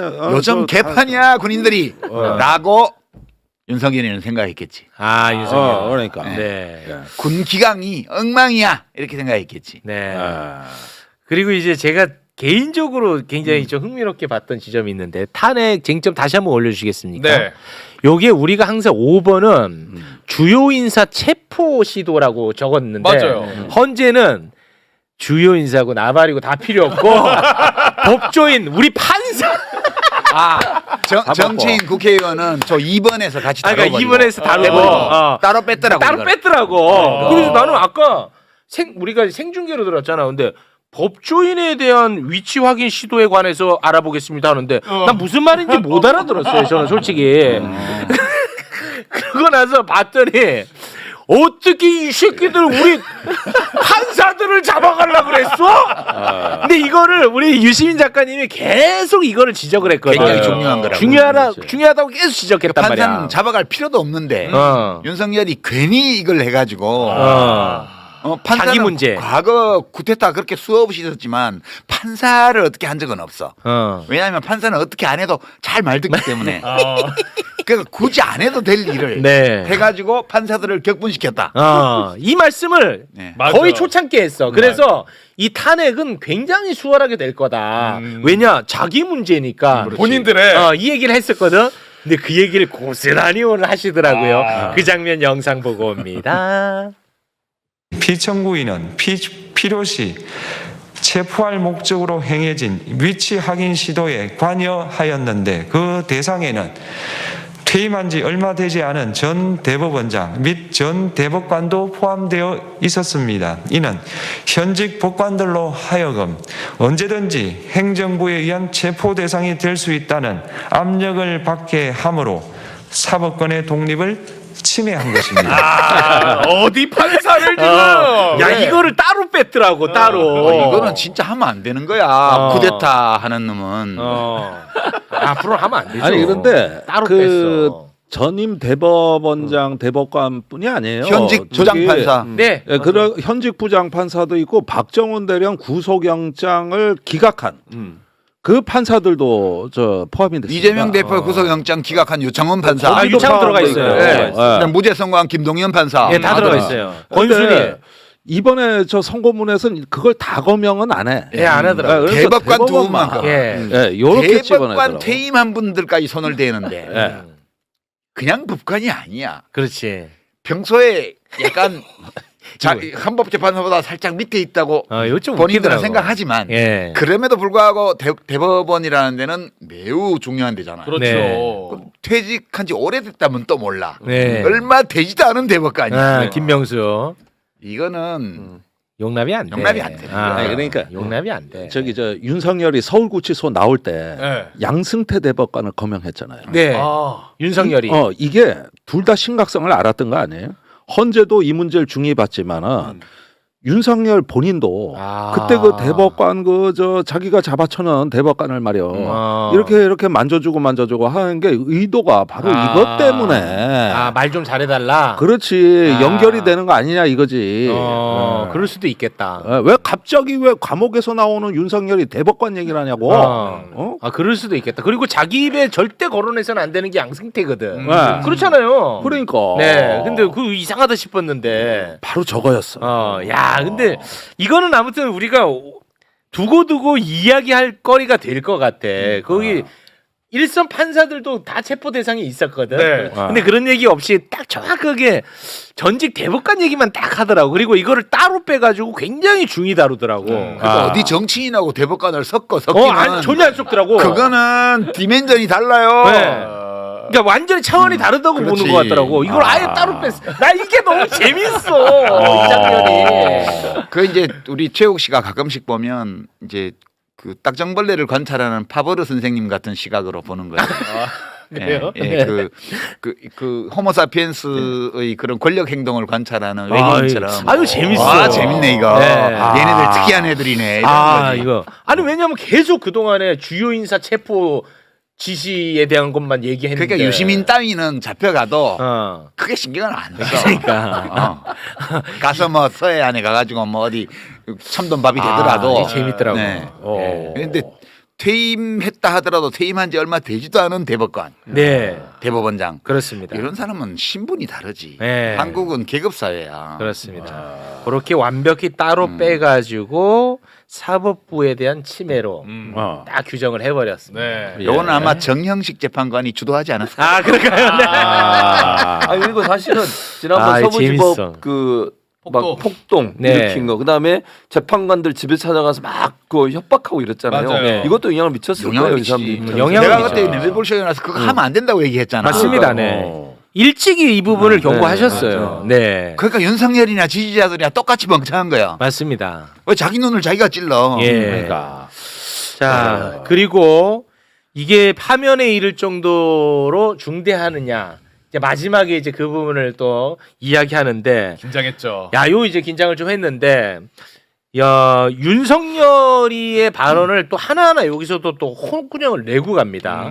윤석열이 그동안에 계속 이야기했던 것 중에 하나가 뭐냐면, 아니 2시간짜리 내란이 어딨냐. 맞아요. 그리고 금방 끝낼 건데 뭔 소리 하냐. 어차피 이거 내가 길게 갖고 가지도 못해요. 이 얘기를 계속했거든. 맞아. 그런데 이거를 정확하게 짚어요. 그렇지. 그거 너 때문에 빨리 끝난 거 아니잖아, 임마. 그러니까. 야, 시민들이 빨리 끝내고 임마 국회에서 빨리 끝냈잖아, 이 새끼야. 이 새끼 어디서 말 함부로 해. 이 새끼 확 그냥 이렇게 얘기를 합니다. 그래서 요새 인기 드라마 그러던 드라마에 나오잖아. 팍시. 확실히. 확실히. 네. 자, 그래서 일단 윤석열이가 그동안에 뭐라고 입을 놀렸는지 윤석열이 주장부터 일단 듣고 옵니다. 잘 봤습니다. 그런데 아까 그 군인들이 그 저 본청사에 진입을 했는데 그 저 직원들이 좀 저항을 하니까 스스로 이렇게 나오지 않습니까? 얼마든지 더 들어갈 수 있는데도 국회의 의결을 방해했다는 얘기를 자꾸 그 소추인 측에서 또 지금 민주당에서 하고 있는데 군을 투입해서 방해했다고 한다면은 그럼 그걸로 이제 더 이상 계엄 해제 요구를 못하고 계엄이 쭉 그냥 가는 것이냐? 저는 그렇지 않다고 봅니다. 대한민국에서 국회와 언론은 대통령보다 훨씬 강한 초갑입니다. 그거는 정말 뒷감당을 할 수 없는 일이라고 저는 생각합니다. 여기에 대해서 이제 언제 재판관님들이 너 때문에 빨리 끝난 거 아니야 헛소리 하지 마라고 합니다. 영상 보고 옵니다.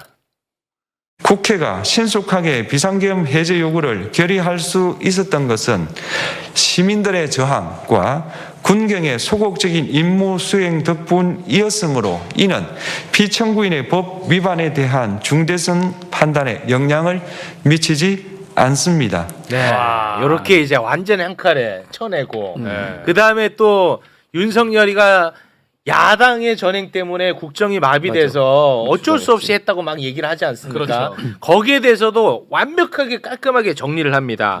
야당의 전행으로 국정 마비가 됐다고 너는 인식하고 있는 것 같은데 아. 그거는 네 생각이고 이 자식아. 그런 게 원래 민주주의고 그런 게 원래 정치야. 그렇지. 대화와 타협으로 풀었어야지 이 새끼야.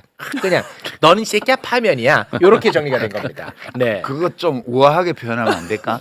아니 멋있는 수준 높은 결정문을 이렇게 번역하면 제 말 좀 틀린 거 있어요? 아니, 틀리진 않았어. 그래서 여기 댓글에 보니까 오늘 왜 이렇게 웃기냐고 막 사람들이 막 그러는데 아니 틀린 거 있냐고요. 아니 이제 좀 우아하게 표현해. 똑같은 얘기. 그 부분은 네. 어떻게 표현할 수 있냐 하면 네.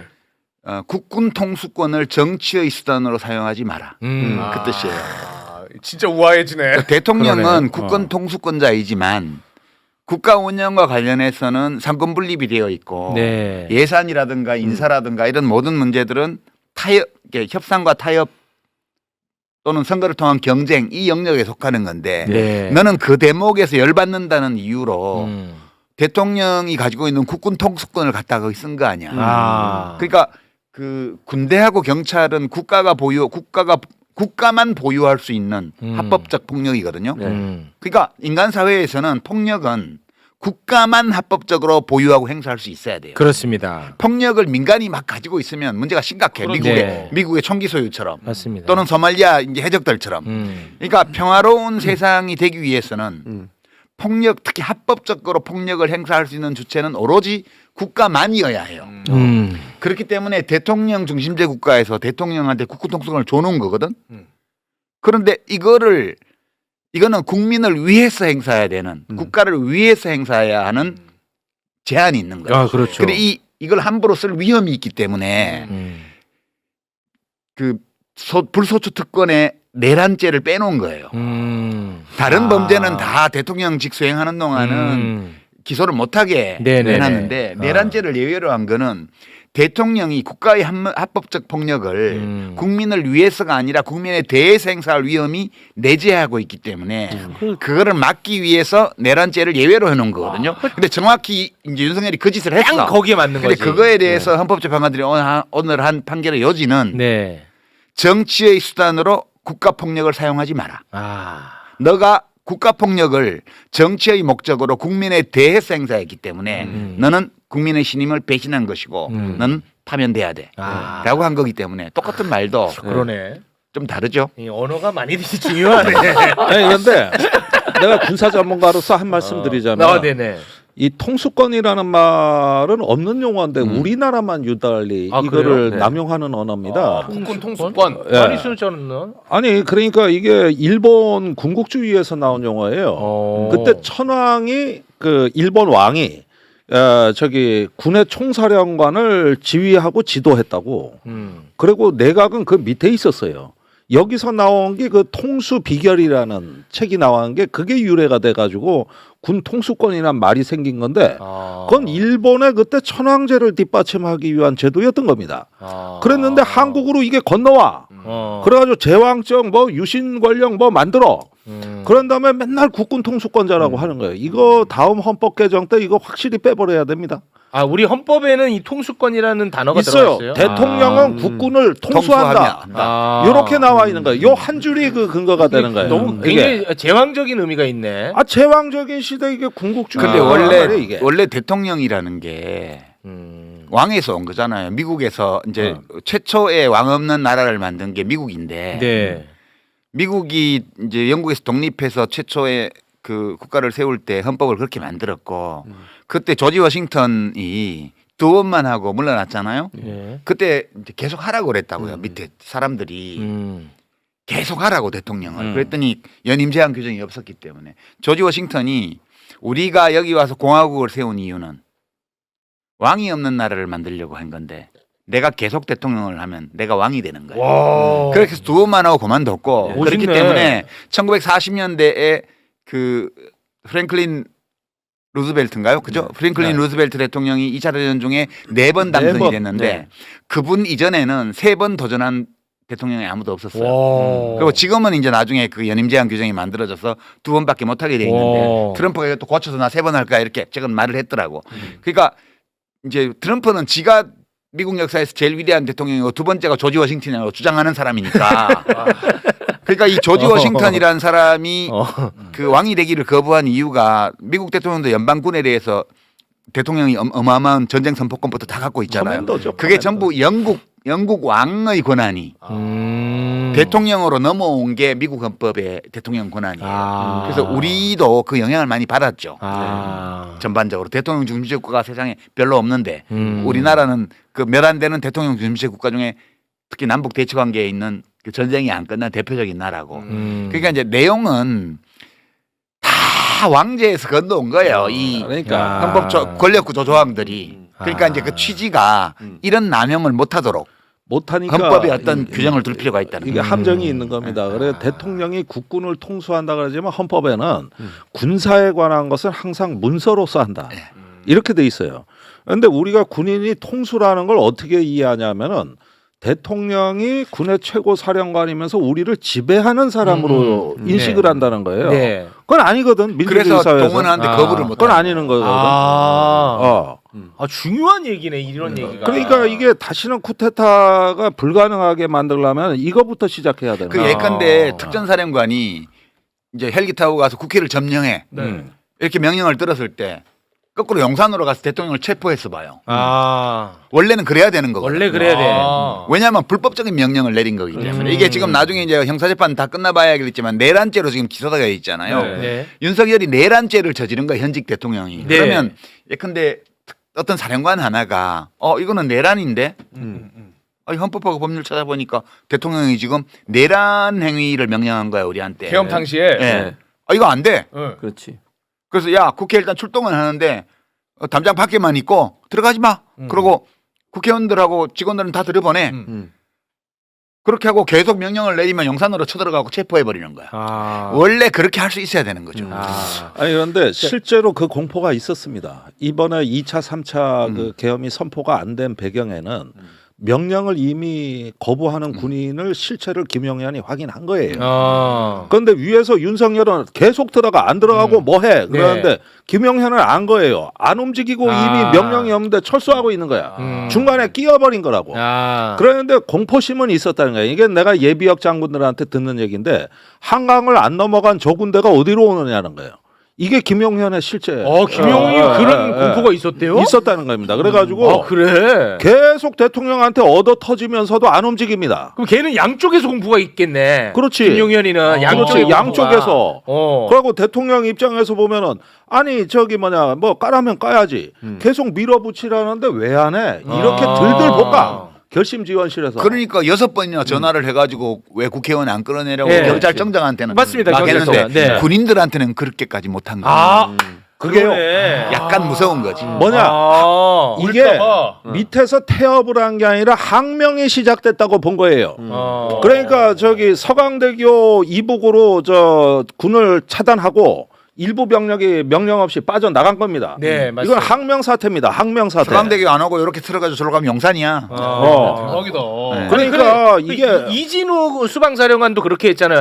안 되는데 왜 자꾸 그래요? 그냥 대통령한테 쳐박은 거야. 예, 했잖아. 그런데 이 사태가 새벽 2시에서 3시경에는 항명 사태로 해석했다는 겁니다. 그렇죠. 네. 그러면서 2차, 3차 계엄을 포기하는 양상으로 전개된 거예요. 그러느라고 해제 담아낼 때까지 3시간 반 넘게 걸린 거지. 네. 그러면 아까 그 헌재 선고문에서 네. 그 저기 뭐냐 군의 소극적인 대응과 그 얘기 딱 하잖아. 시민들의 저항으로 네. 나는 이게 참 핵심을 찌르고 있다. 이게. 결정문을 잘 썼어요. 제가 잘 쓴 거예요. 그런 직업을 가진 사람으로서 잘 썼죠? 네, 문장도 비문이 거의 없었고요. 어. 네, 그 의사 전달도 굉장히 명료하게 되는 명료하더라고. 거였고 논리적인 구조도 상당히 수준 높았고요. 근데 네. 그거를 최욱 씨가 막 너 이 새끼 이렇게 하는 바람에 내가 약간 조금 격분했는데 우아하지 못해. 야, 이 새끼야. 굉장히 너 우아하지 많이 못하는데 아니 그런데 내가 여기서 한마디 더 드릴 수밖에 없는 게 죄송합니다. 저 구절이 죄송해요. 군의 어떤 정신적인 중심을 세우게 해주는 말이에요. 굉장히 큰 무슨 얘기냐? 굉장히 큰 위로가 됐을 설명을 것 하는데 중요한 얘기네. 헌재가 군의 이렇게 소극적인 저항 뭐 이런 얘기를 해줌으로써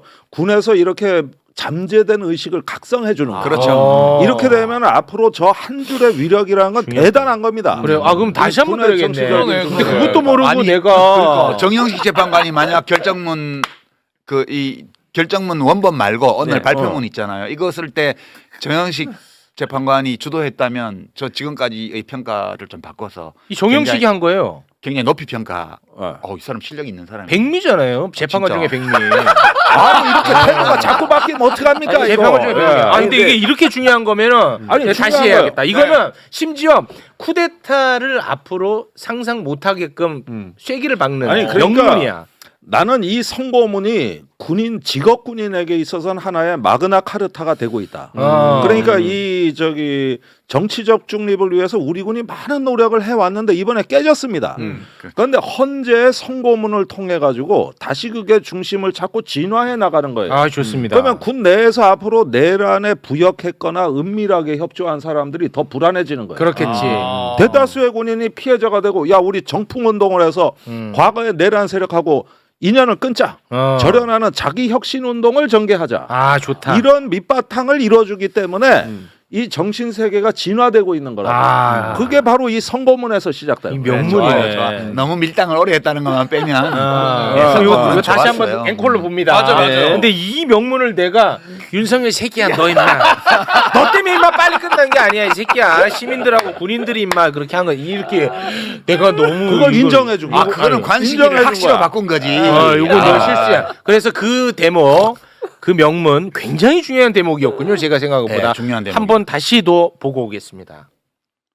국회가 신속하게 비상계엄 해제 요구를 결의할 수 있었던 것은 시민들의 저항과 군경의 소극적인 임무 수행 덕분이었으므로 이는 피청구인의 법 위반에 대한 중대성 판단에 영향을 미치지 않습니다. 덕분이었으므로. 굉장히 중요한 대목이었군요. 그렇죠. 덕분 때문이 아니고 덕분을 덕분. 썼잖아요. 덕분은 때문과 다른 게 때문은 그냥 중립적으로 인과관계를 말하는 거고 덕분은 거기에 약간의 가치가 가치평가가 들어가는 들어가 거죠. 있는 거예요. 좋은 일에만 쓰는 거잖아요. 그렇습니다. 덕분은. 네. 이제 그래서 평가를 한 거죠 헌법재판소에서. 군경이 소극적으로 임무를 수행한 것은 굉장히 좋은 행위였다라는 것을 잘했다. 인정을 해버린 거야. 그럼요.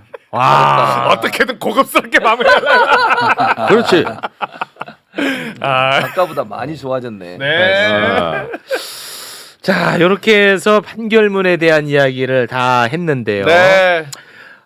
판결문에 대해서는 뭐 저희가 더 짚을 부분은 없는 거죠? 네, 저는 문장이 마음에 들었어요. 문장이. 뭐 내용도 좋지만 이게 헌법재판소에서 나온 물론 공식 결정문은 아니고 발표문인데 그렇다 하더라도 공식 문서잖아요.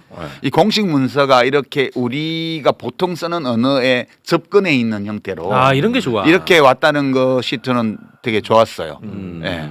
그렇게 이렇게 소통 가능한 문장을 헌법재판관들이 쓴다는 것이 그만큼 세상이 좀 더 수평적으로 가고 있다. 수평적으로 가고 있다. 아니 근데 유 작가님은 어떤 더 뭔가 숭고하고 그 유려한 문체를 기대하지는 않으셨어요? 그런 거 별로 안 좋아해요. 제가 오늘 그건 아니고? 들으면서 저희 가족들하고 같이 보다가 우리 헌법재판소도 이제 제대로 된 우리말을 쓰는구나라고 말을 했어요. 왜냐하면 제가 독일 유학 시절에 독일 연방헌법재판소의 판결문 전문을 막 언론이 실어줍니다. 거기는 중요한 판결. 예컨대 그 나치의 범죄 홀로코스트를 부인하는 행위를 처벌하는 형법에 대해서 헌법소원했을 때 헌법재판소가 그 결정 내렸거든요.